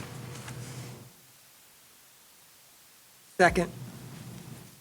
Any discussion on that? I would just like to make a point that I think, based on the involvement of the community, letting the council make a decision on this annexation and then having the applicant come back if it passes 6 months later is not asking too much. This is a very quick application, and I don't think that that's asking too much for them to go back 6 months later and ask the council for us to revisit it. The ordinances do allow require 24-month. I think 6 months is very speculative. I think you're looking at, the ordinance says 2 years. Been confirmed twice that they could ask in They 6 months. can. Well, okay, yeah, keep it focused toward me. I think they can, but it's Yeah, I guess so. no certainty there. Yeah, and I guess I'm feeling that, do I want it to go to the council with, if we deny this, if we recommend denial, then it goes to the council for annexation as M. Mhm. And I guess I would prefer, I guess my feeling is I'm comfortable with the O and I, because both can be, both are, I mean, you can do anything in M that you can do, I believe you can do anything in M that you can do in O and I. Is this open for discussion? I have my hand. No, then you, You no, I'm okay? sorry, I have yeah, a- okay, I have- so, between us, just Sure, on the I- motion, yeah, On the motion. on the motion, right. If we do not rezone this, it remains as M, industrial, and being a resident of District 4, which is adjacent to this, and a commissioner, I see O&I as a better use for this property as it's being presented by the applicant. M does allow us to have uses that the city already went through a very long legal process on one particular use that that the city don't support for M, whatever the case may be. But that M allows that to happen. So we need to really think about this. Do we want M with that type of uses, or do we want O&I, which would really have a better use? It's a better use for the location that I consider. That's just my position. All right, so Rob, do you have any comments on the motion? I'd just like clarification on this 2-year period before they can, we don't have jurisdiction over this site now. We wouldn't have jurisdiction unless we annex the parcel. So if we deny that rezoning over land over which we have no jurisdiction, and then the city council opts to annex that property under the M zoning, why do they have to wait 2 years? But why do they have to wait 2 years? Right. Because the zoning, as far as coming in, would have then been denied as far as what the request is. And unless they come back and petition the city council, which they can do within 6 months, then they have to wait 24 months in order to make the same application again for the same zoning. Even though their application, Well, Ben, yeah, I was going to say, I mean, on the flip side, if the annexation was to go through, this is part of the actual process of the land use process that we're following. That would essentially extend that decision on that property, right? If the annexation was to go through and we recognize it as part of the jurisdiction of Brookhaven, the land use matter that went before the annexation approval essentially would still follow the property, because any type of land use matter runs with the property. Meaning, if you were to deny it and the annexation was to be approved, It's even. the denial would follow the property under our jurisdiction. If it wasn't annexed, if the annexation failed, obviously, there's no need for this discussion of successive applications. It would not apply to DeKalb County. But, and I asked this question a zillion times, true or false, the applicant can come back to the council within, or around 6 months and say, council, give us special permission to resubmit our application. Is that true? That's true, Okay, but they would have, at that point in time, they would have denied it 6 months prior to that. right. But if the council approve the annexation, and we deny this rezoning, then they receive it, the applicant will receive it as a M category. That's right. Yes. Or Industrial. the council could approve it Overrule. as OI, They can or overrule. could Right. come in and approve it, differently. Okay. And suggest differently. Okay, I think we have gotten, unless somebody's got something brand new, I think what we've got, we have got a motion on the floor to deny RZ 14-20, and we have a second, we've had our discussion. All in favor, and I'll say it, so make sure, all in favor of denial, signify by saying aye. Aye. All in nay, all opposed to the denial, signify by, yeah, I'm confused too. No, you're good.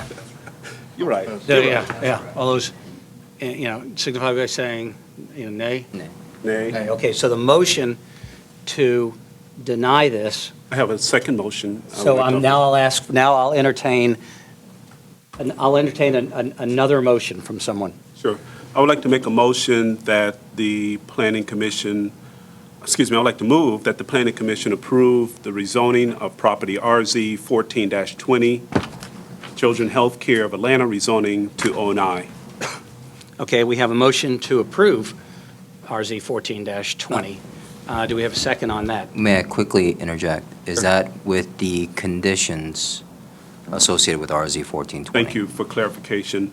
I would amend that motion to approve case RZ 14-20 with staff recommendation listed in the packet for the Children Health Care of Atlanta rezoning to O&I. Thank you. Okay, we have a motion to approve RZ 14-20 as conditioned by staff. Do we have a second on that? Second. We have a motion and a second. Do we have any discussion? My comments are that as we've talked about earlier, if it's going to go to the council with a recommendation, I'd much prefer to personally, I'd prefer to go to the council with a recommendation of O&I than M. I'm really pleased that we denied the SLUP, because it took out something that wasn't in there to begin with. So, all right, with that, all in favor of recommendation RZ 14-20 to approve, signify by saying aye. Aye. 3, all opposed? Nay. Okay, so it's been approved. We got to go through 6 more of these. You can hang around, Mr. Galloway, or everybody else. Okay, so next item on the agenda is the RZ 14-21. This is the rezoning to C2. If I understand it, that's the Piccadilly property, where Piccadilly is currently thing. I'll entertain a motion on that. Well, Mr. Chairman, I'd like to move that we recommend approval of RZ 14-21, Children's Healthcare of Atlanta rezoning to C2 for retail use, All right, I have a motion. with Do the I- conditions recommended by staff. Conditions recommended by staff. We have a motion. Second. We have a motion and a second. Any discussion on this? Rob, I keep apologizing. Look that way because No, there's no, three no, of them over that's here, so. Anybody else? All right, so all those in favor of approving RZ 1421, rezoning to C2, signify by saying aye. Aye. All opposed? Nay. Okay, the record show 3-2 in favor of that rezoning. RZ, move the arrow down. RZ 14-22 rezoning. What, rezoning 2M? I mean, it's existing as M. Is now. rezoning from M to M. Yeah, rezoning from M to, okay, for rezoning from M to M. I'll entertain a motion on that one.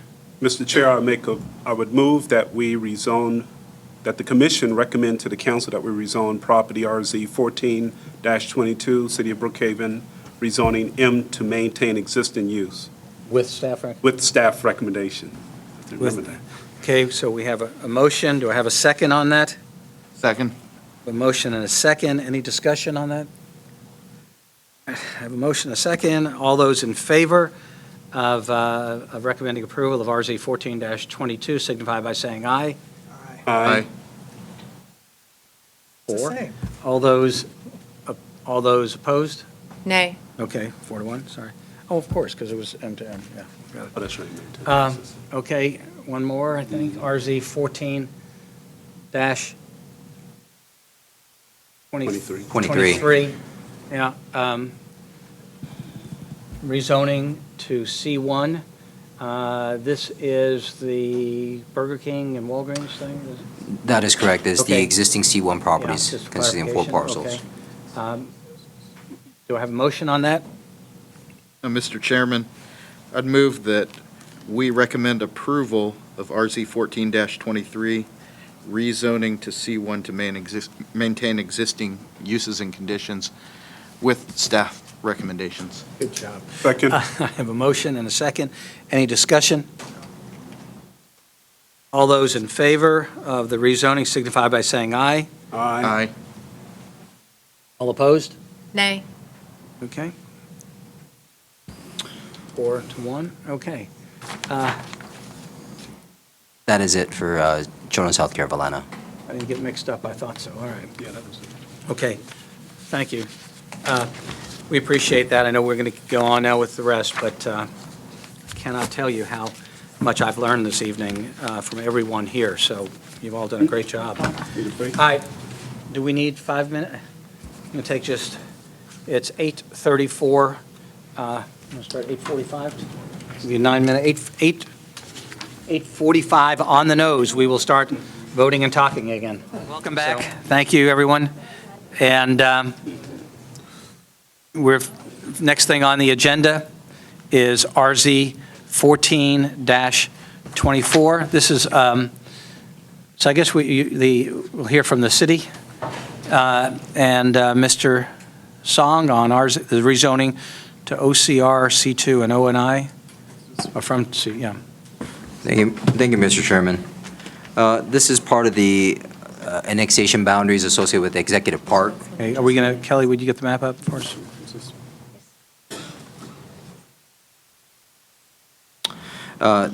Specifically, RZ 1424 is to rezone the property from its current existing zoning of OCR, C2, and ONI to OCR, C2, and ONI.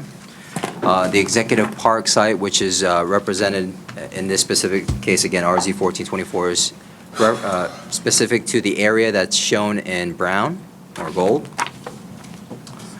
That area went through a rezoning process through DeKalb County in 2009, and they were approved for the OCR designation for a mixed-use development. They did go through a DRI review in 2008, which they were to be found in the best interest of the state and of the region. It's broken up into 4 separate parcels that consist of 68.66 acres. Those 4 parcels are broken up into A, B, C, D. A is on the north corner of the property. Parcel B is the majority of the property associated with Executive Park. Parcel C is where if you can see the cursor is showing. Parcel D is on the northwest-hand side. And again, this was part of the DRI. I believe the map is referred to as the Park Druid Hills. Again, it was rezoned and it was approved by DeKalb County. Essentially, the applicant is not asking to rezone or to alter the plans of what has been approved. Essentially, they're requesting for the zoning entitlements to be transferred over through this rezoning process and as part of the overall process of annexation. Thank you. Okay, I need a clarification from, I guess, did we, when we amended our procedures, did we amend it for the entire, or we just meant, I can't remember, that was just for her. So for everybody else, we are back to the 10, 10, and 10. That's 10 minutes for the applicant, 10 minutes for those in support, and 10 minutes for those who are opposed. Asking everyone to be courteous and keep your comments to 3 minutes, although that's a courtesy, not a requirement. So with that, I'll open up the public hearing on RZ 14-24 and ask the applicant or their representative to come up, introduce yourself. And Thank you, Mr. Chairman. I'm Carl Westmoreland. My address is 3343 Peachtree Road. I brought a larger scale site plan, but it's the same thing I think you've got. You've probably got a much better view of the one that you've got on your screen. As Mr. Song said, I think this is also page, we were okay. on page 394 is what I've got. Okay. As Mr. Song said, this is the rezoning of the bulk of Executive Park. It was rezoned by DeKalb County in 2009. As he also said, we're simply seeking to transfer the conditions, that is to say, the zoning conditions, the SLUP, and the OCR C2 and OI, not to change anything as it was approved in 2009 by DeKalb. As he said, there are parcels A through D. I would be glad to go through those specifically, but he's pointed them out, and you can probably see on your board, and it's a better use of your time that I not go through all that. But essentially, it's a mix of uses with hotel, office, retail, and multifamily. We're going to take the other two, I think, separately, so I'll address them in a minute. There are two other documents, though, that I think I'd like to refer to in connection with the rezoning. There was an agreement between the owner of Executive Park and the La Vista Park neighborhood. It's still in effect. I've got copies if you'd like to see it, although I think it's in your package as well. It really went a little bit beyond the conditions that DeKalb had imposed on the application, and as with most private agreements you're familiar with, is enforceable by the association without any action of the county or the city. It remains in effect, and I've told Ms. Hillman, who is representing La Vista Park, that if they're concerned about the effect of that and want us to re-execute it, we'll certainly be glad to do that. The next document, and Mr. Song alluded to it earlier as well, that I want to refer to is the Greta Notice of Decision. Again, it's in your package. There's been a good bit of discussion about traffic. I know in the last application there was a discussion of, well, we're going to have a DRI if and when they come in with the development plan. This one, again, does not require a re-review since we're not asking to change anything. The Attachment A conditions, which I want to point out, those are the road improvements that are required to be made as a result of this development. And if you look at the zoning conditions, again, in your package, very early in those conditions, in every one of the 4 pods, there's a requirement that the developer is responsible for the implementation of the Attachment A conditions. So just to be clear, that is not a requirement of the county or the city or anybody else. If you look at the zoning conditions, they have been imposed on the developer.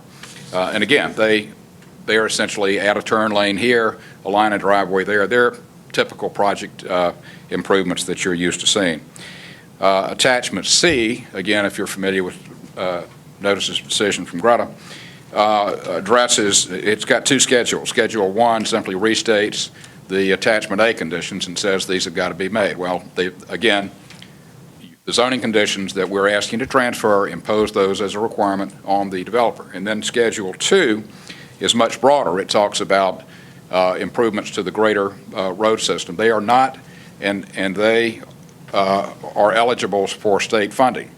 All that, it's not required that the developer do those. It's not required that the county do them or that the city do them. It simply says that if you do the projects on Attachment A, then these on Schedule 2 of Attachment C are eligible for state funding. So to the extent that there's some concern, and we called Laura Bell at Grata today just to confirm all of this, but to the extent that you're concerned that there are traffic improvements that might be imposed on the city as a result of this, they're not, because they are either don't have to be made in Attachment C, or they have to be made, but they are explicitly imposed on the developer in the rezoning conditions. So I think those are the primary issues that have come up. Again, I'll be happy to go through the details of the approvals on each of the pods, although I'm not sure that's a good use of your time. John Sullivan, who is with the Executive Park entity, is also here if you have questions, and otherwise I'll reserve time for rebuttal. Okay, thank you, Mr. Westmoreland. Okay, Ben, do we have any speakers in support of this, of RZ 1424? Yes, sir, we do. Mr. Dale Boone.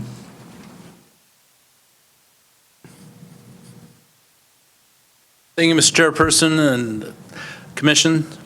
The Neighborhood Association of Oakwood, which is North Druitt I know, Hills. just repeat yourself, give us your address so they can. 1600 North Druitt Hills Road. Thank you. Oakwood Neighborhood Association, which covers all the way up to Beaufort Highway on North Druitt Hills. We're in 1,000% support of this and the usages, and we can't wait for more businesses to come, because Brookhaven has established itself with such a name and with such a zoning and such a annexation. It's a win-win situation for the residents of Brookhaven. So thank you so much. Thank you, Mr. Boone, and I appreciate you just giving us your address each time it gets on the record through voice, so we Miss appreciate it. Amy Hillman.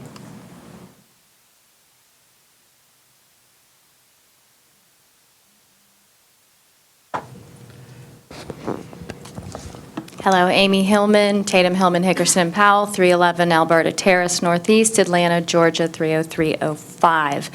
I actually had to change my speaker card tonight, came here to speak against this, and I think we're going to have some concerns at the council meetings when we get to the annexation piece, but as Mr. Westmoreland just said, his client has agreed to re-execute the neighborhood agreement with La Vista Park, which is very important to La Vista Park, because whether this development is part of Brookhaven or remains in DeKalb or some other city in the future, they're still going to be neighbors. And La Vista Park supported this rezoning after an exhaustive year of conditions, which you all have a copy of. I would, just as a belt and suspender type of precaution, like to go ahead and take those original DeKalb County conditions and add those to the record of this case, if I may.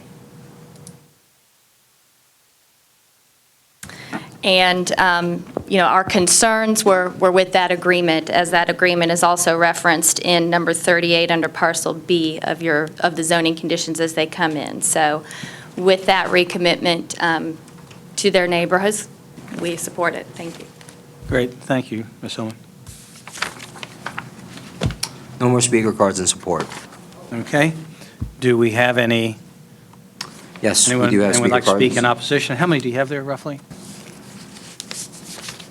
Six Okay, speaker cards. okay. Beginning with Mr. Rader.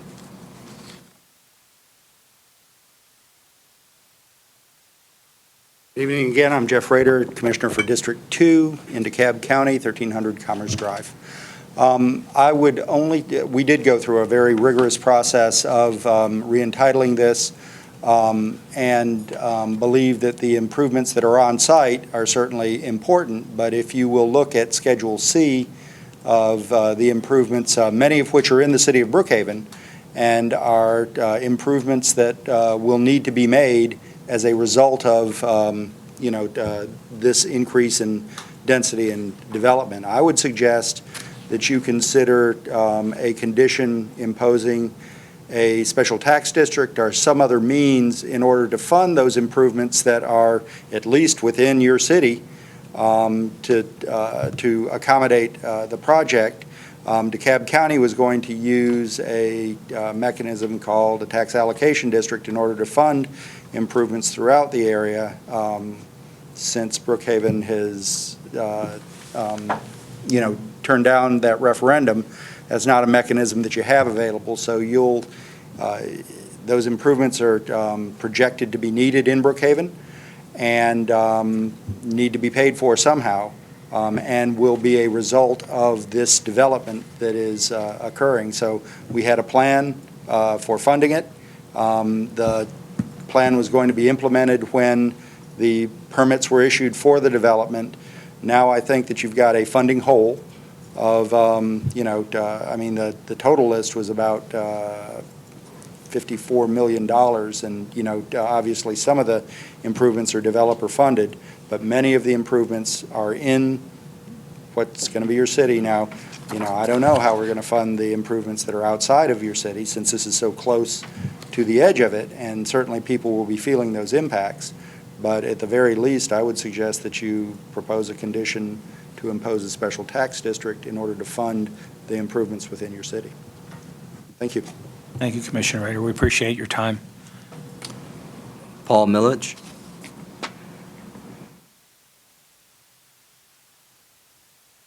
Was there a Mr. Milich? He was here earlier. We know because he spoke. Okay, he's okay. Richard Planner. Nope, keep going.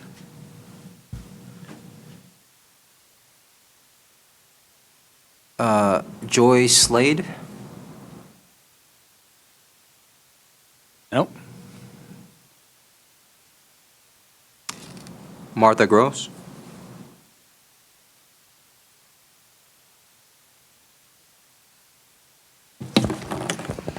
Don't want to sound too cheerful, but I just wanted to tell you that Aranda rocks. She's totally on the ball, and when you call, she answers the phone every time, is very responsive and very professional.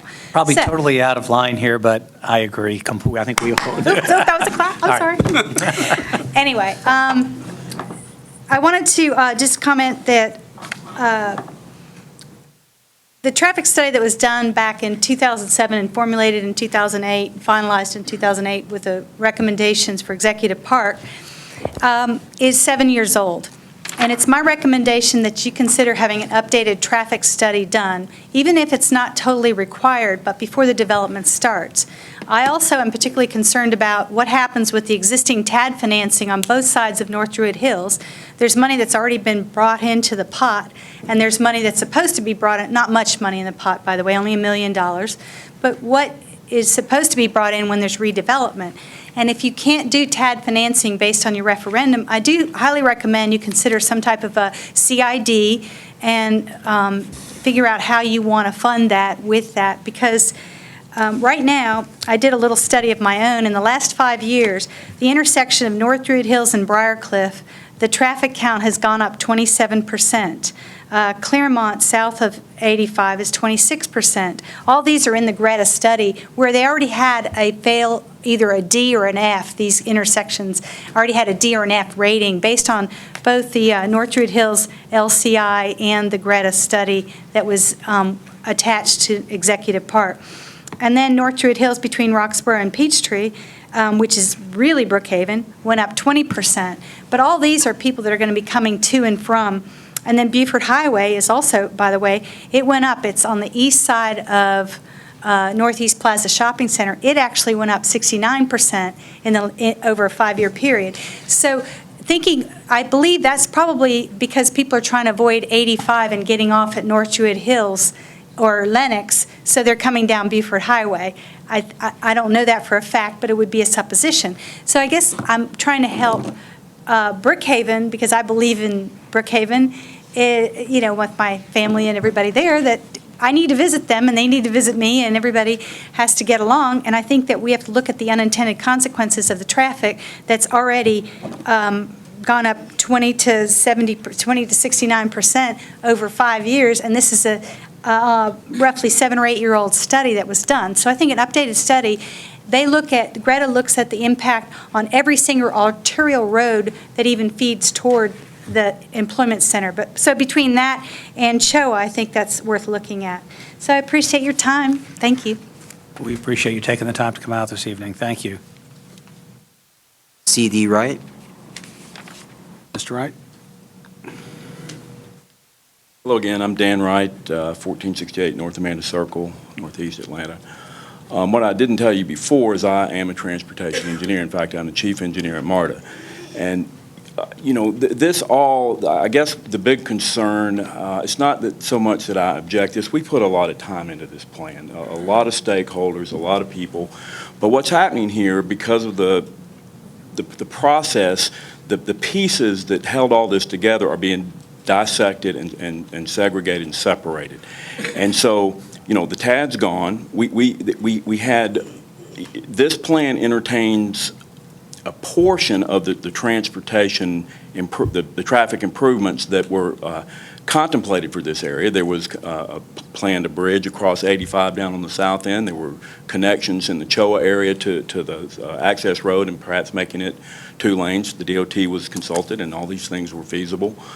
And so now that we're pulling all these things apart, and the funding for those things was planned to be funded by the tax allocation district and steered by the board of directors or the steering committee for the tax allocation district. Now that that's gone, you have nobody to do these other parts that aren't a part of the developer's plan. So, I'm glad we're entertaining all of the conditioning that was with the original zoning, and I hope you're looking at the requirements that were in the tax allocation district as well. I haven't really heard anybody discuss that, and I'm concerned that is being left out. But I just, the whole process, we're really taking apart something that had a lot of parts that was put together, and you can't take some without the others and without damaging the way it was going to work. Thank you, Mr. Wright. We appreciate it. No more speaker cards. Okay, so I guess the applicant has an opportunity to, whatever amount of time was left. 5 minutes, 11 seconds. Thanks. I don't think we need that much. In order, Ms. Hillman, I appreciate her speaking in favor. She said that, and submitted, I think she said DeKalb conditions. I just wanted to reiterate that both the conditions and the private agreement with La Vista Park are already in the record. In fact, were submitted as part of our application. We're not changing our request that they all be adopted by the city of Brookhaven. With regard to Mr. Wright, who was very involved with us, as was Commissioner Rader, in the development of all these conditions, again, we are not asking to change anything, neither conditions of the county nor any agreements that we've made with the neighborhood.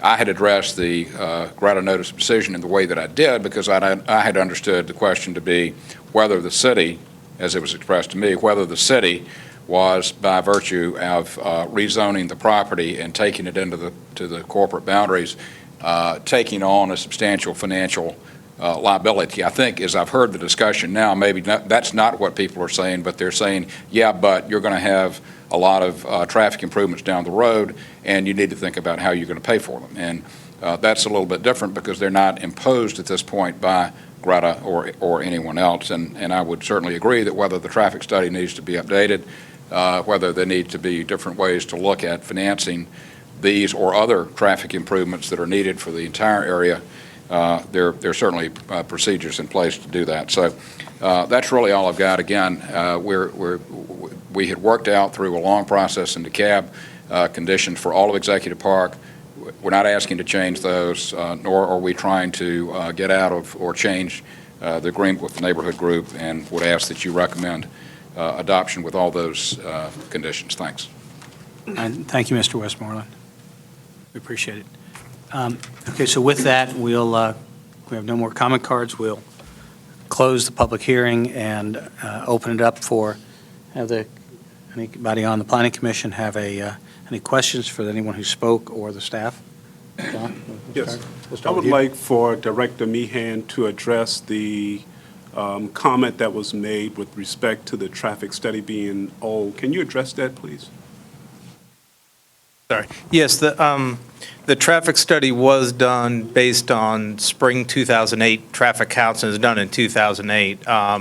So, I mean, as far as that goes, it has been, was it almost 7 years since it was done. I mean, we have had, if you look at overall traffic, and I know we had the one speaker talked about the increases of traffic. I know just from doing traffic analysis, we had a dip in traffic, and now it's rising back up. But the one thing that traffic analysis did do, it did project future volumes up through a 2016 as a build-out. So with a growth factor factored into that. Okay, so the study that was done in '07. In '08, it's '08. In '08, thank you. 08. The curve continuously grew. Yes. That percentage, but in fact, our numbers dropped because the economy dropped and the region overall had a drop in numbers, but the studies still remain up here. Studies still, it was, I think, it depended on the roads, but I think it was between a 2 and 3% growth rate from 2008 per year, 2 or 3% per year growth rate, and it went through 2016, it had projected a 2016 build-out year. Okay. And I think from knowing the Atlanta Regional Commission regional model, the numbers dropped during Yes. that period. So, but the study didn't drop. The study kept it up. Study kept Okay. going up, yes. Okay, thank you. No question. Janet? Nope. Chris? No. I have a question for, I guess, for staff, or I guess. Can somebody address the issue of about the funding, the TAD, that there was a piece, now this is, I'm only addressing it as a part of since the land use is going to require infrastructure, the infrastructure was, as I heard, there was a question that the infrastructure, or a suggestion that the infrastructure, there was a plan for payment to fund the infrastructure build out based on a TAD. I mean, I don't know how to even ask the question directly. I'm sorry? How do we pay for it? I mean, I think that's a larger question in terms of. maybe it is, because I don't want to get into, this Sure. is just, has to do with, who's paying for the infrastructure if we, if we approve this land use? Right. In terms of the funding aspect, it is definitely a larger, more comprehensive sort of discussion that needs to be had in terms of the city as a whole. I understand if this annexation was to go through, then obviously that discussion would incorporate this area. And it would be planned accordingly to account for the funding that we do have in place, the anticipated funding in the future, and it more or less would come down to prioritizing of the needs associated with the build-out of the site as it relates to both CHOA and Executive Park. That's one thing. I do understand that there has been a TAD established within the CAB. Obviously, with the city of Brookhaven and with the area falling within the jurisdictional boundaries of the city, we cannot necessarily tap into that funding source. There was one mention, I believe, was Ms. Gross in regards to a CID. Based upon the conditions that were brought upon or that were established as part of the rezoning in 2009, specifically to parcel A. And again, what we did in the staff report was transfer all the conditions over. And then parcel A, and this is specifically page 407 of your packet, under condition number 27, specifically J. I mean, the language is not very strong, but it does state that the developer shall actively support the organization of a community improvement district to fund area-wide improvements, public space maintenance, a transportation management association, and a transit shuttle system. Okay, thanks. So what I'm hearing is that a part of your many, many hours of going through this thing, this isn't a surprise, right? I mean, that we've had that these issues exist. Yes, I mean, it definitely is understandable. The concerns brought up is definitely a legitimate concern, Okay. because in terms of transportation, it's more of a regional issue at this point, not specific to this area. But if you look at attachment C, it's talking about further down north and south of I-85 and the intersection of Claremont with I-85 and so forth, that it definitely is a regional issue, not necessarily specific to Executive Park, but it's going to contribute, obviously, in terms of the traffic generated, that we would have to definitely look into as a city if everything was to go through and prioritize accordingly. Yeah, I mean, that's why it's part of the land use and not just the annexation. Okay, that's all I had.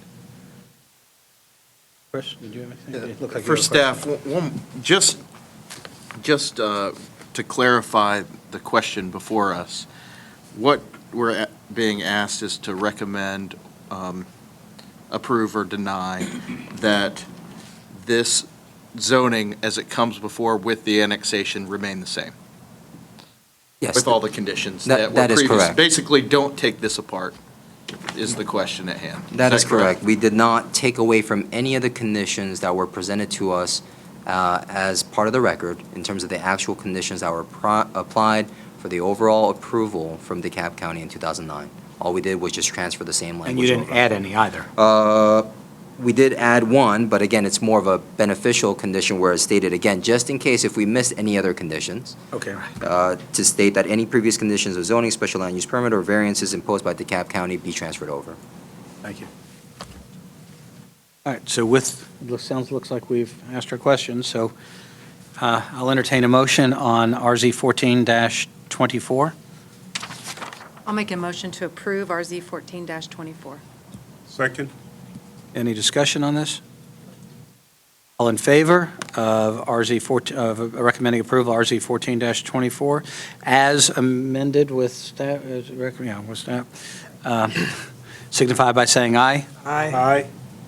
Any opposed? Okay, so we have 5 approvals.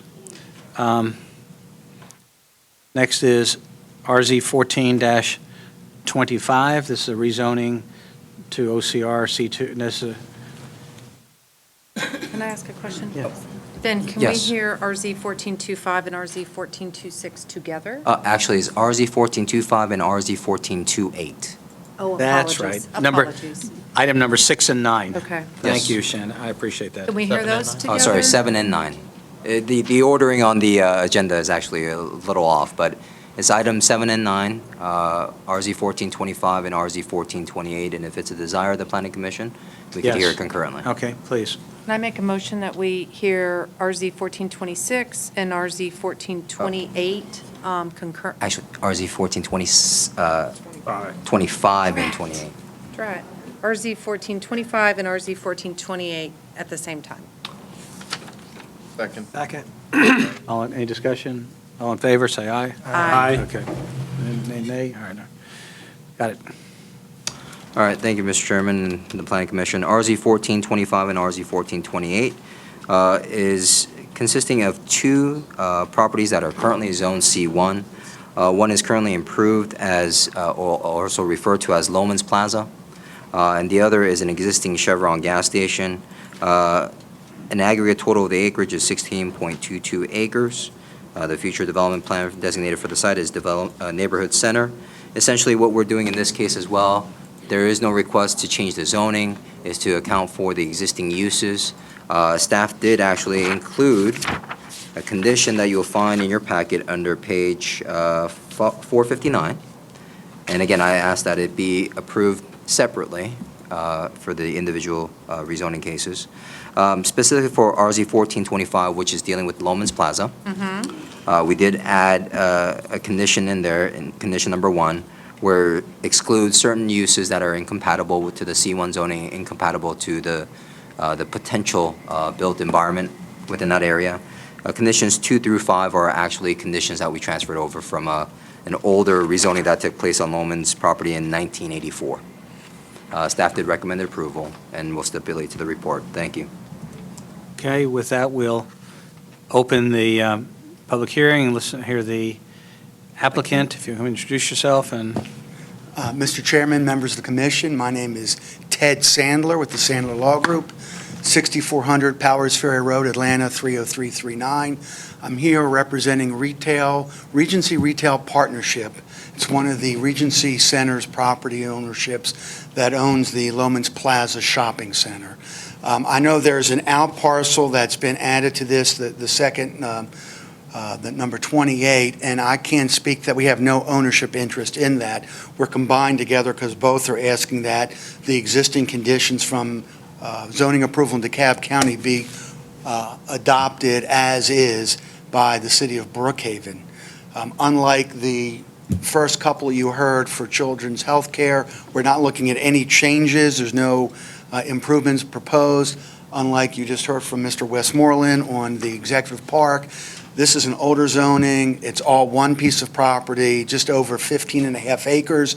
It was zoned years ago for a retail center. That's how it's been built out.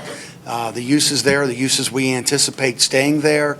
There are no changes proposed. We're just asking that when this property comes into the city, if it does come in, it comes in with the zoning as approved by DeKalb County with the entitlements and the conditions, and we also are accepting of the conditions that the city is requesting.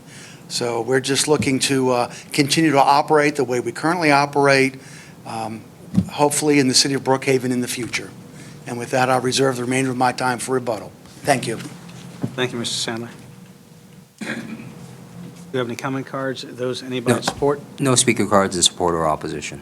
Okay, so anything more you'd like to say? You have the remainder of your, No, it's been a long night for you all. I appreciate you taking the time to hear this, and we hope that you support our application. okay, Thank you. Thank you, sir. And with that, I will close the public hearing and ask my fellow commissioners if they have any questions of anyone. Oh, there is apparently the homeowners association would like to make a comment. You want to reopen the, do we have a card from the, do we? No, actually, We don't have a card, so. No, same card, so why don't we, I'll entertain a motion to reopen the public hearing. Mr. Chairman, I move that we reopen the public Okay, do I have hearing. a second? Second. Any discussion? All in favor? Say aye. Aye, okay. Aye. Come on, Dale. We just wanted to throw our support to Loman's Plaza. We've been taking a look at it for the last couple of weeks, and like I said, we have an accounting firm, we deal with restaurants and retail businesses. Everybody is ecstatic.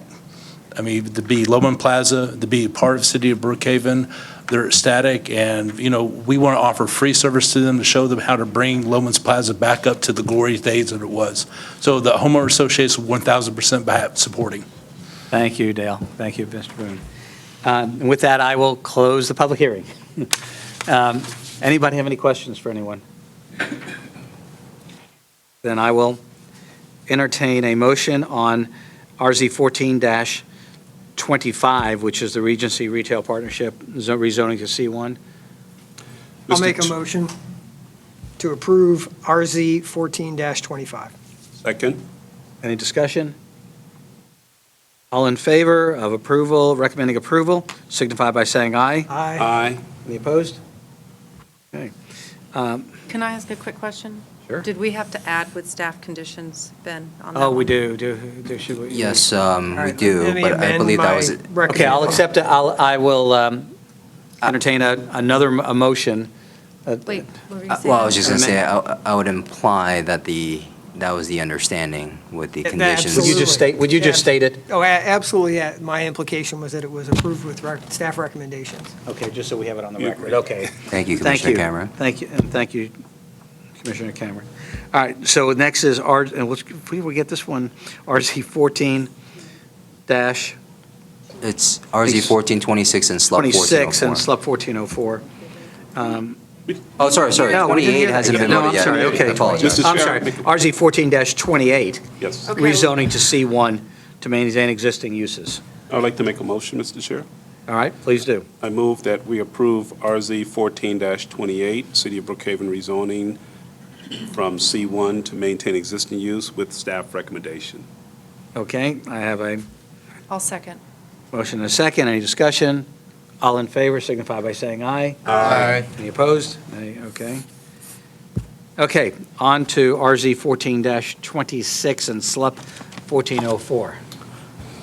Thank you, Mr. Chairman. RZ 1426 and SLUP 1404 is specifically related to the O&I zone parcel to the north, which is adjacent to an existing courtyard by Marriott Hotel.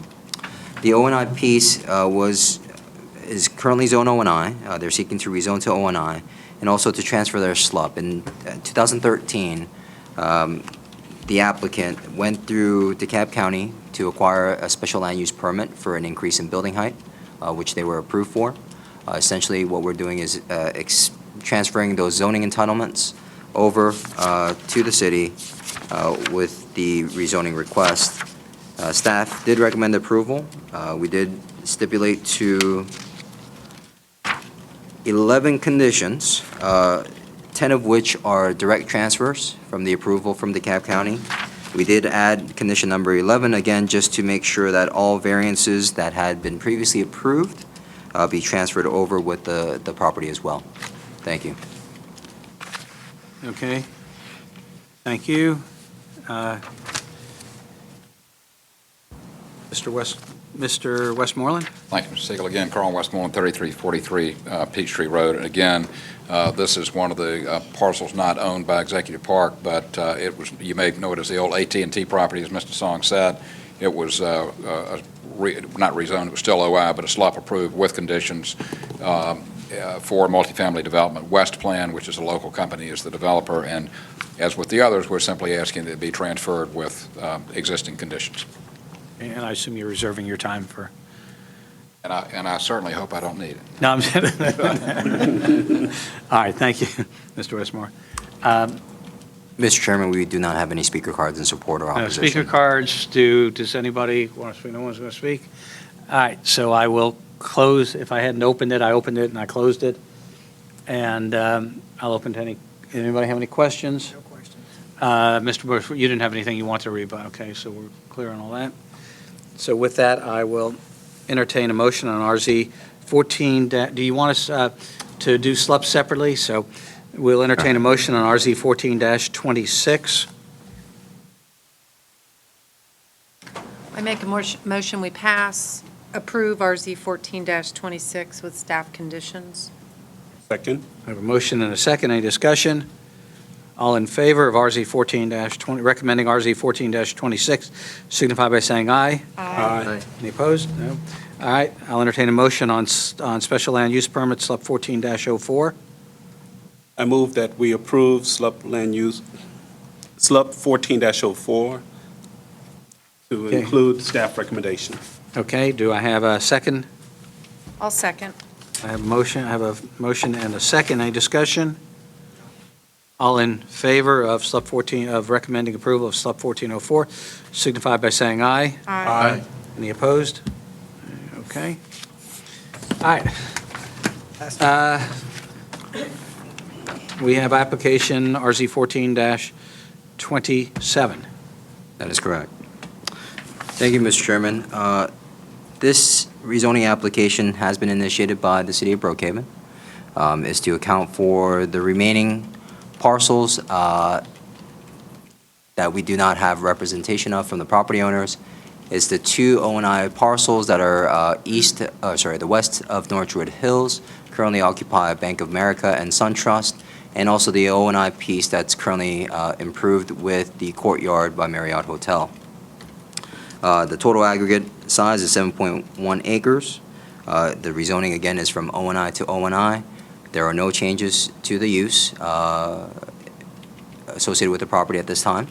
It's recognizing for the current use to allow for the existing uses to occur and for conditions to be transferred over. Staff did recommend approval. We did stipulate to one condition, and that one specific condition is to provide for exclusions of incompatible uses that may be associated with the O&I zoning district. Thank you. Okay. Thank you, and with that, I'll open up the public hearing.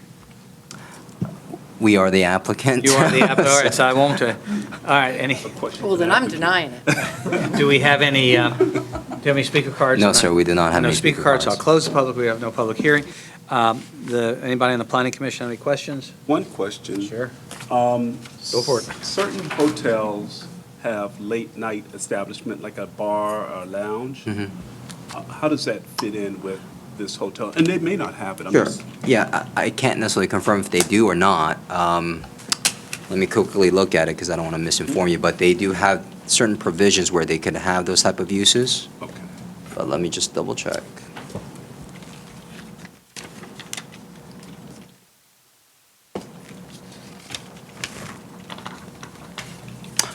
Late-night establishments will be considered as an accessory use when in conjunction with the primary use of an hotel. The only restriction is unless the late-night establishment is located within 1,500 feet of any land zoned for residential use. In this case, the property that they're abutting, for the most part, are multifamily or OCR, which is a mixed-use designation. And in addition to that, if it's existing, then technically it would be grandfathered. Thank you. Thank you. Okay, anybody else? All right, so I will entertain a motion on RZ 14-27. I move that we approve RZ 14-27 with the staff recommendation. We have a second? Second. A motion and a second. Any discussion? Okay, all in favor of recommending approval of RZ 14-27 with staff recommendations signify by saying aye. Aye. Any opposed? No? All right, so I think with that, I will entertain a motion to adjourn. If somebody- Discussion. No, I'm saying that. I'd like to make a motion to adjourn. Are you going to keep all this? Okay, I have a motion to adjourn. Do we have a second? A motion, a second. Any discussion? No? All in favor of adjourning? Signify by saying aye. Aye. We need five. Anybody? Oh, I'll say yes. Okay, five. Any opposed? No. Nay? Okay, we're adjourned. Thank you all. Good job. Well, I mean, they can flip through it. It's a waste of paper otherwise. Thank you all. Thank you. Ben, are you kidding? How many weeks? That's pretty heavy duty, dude.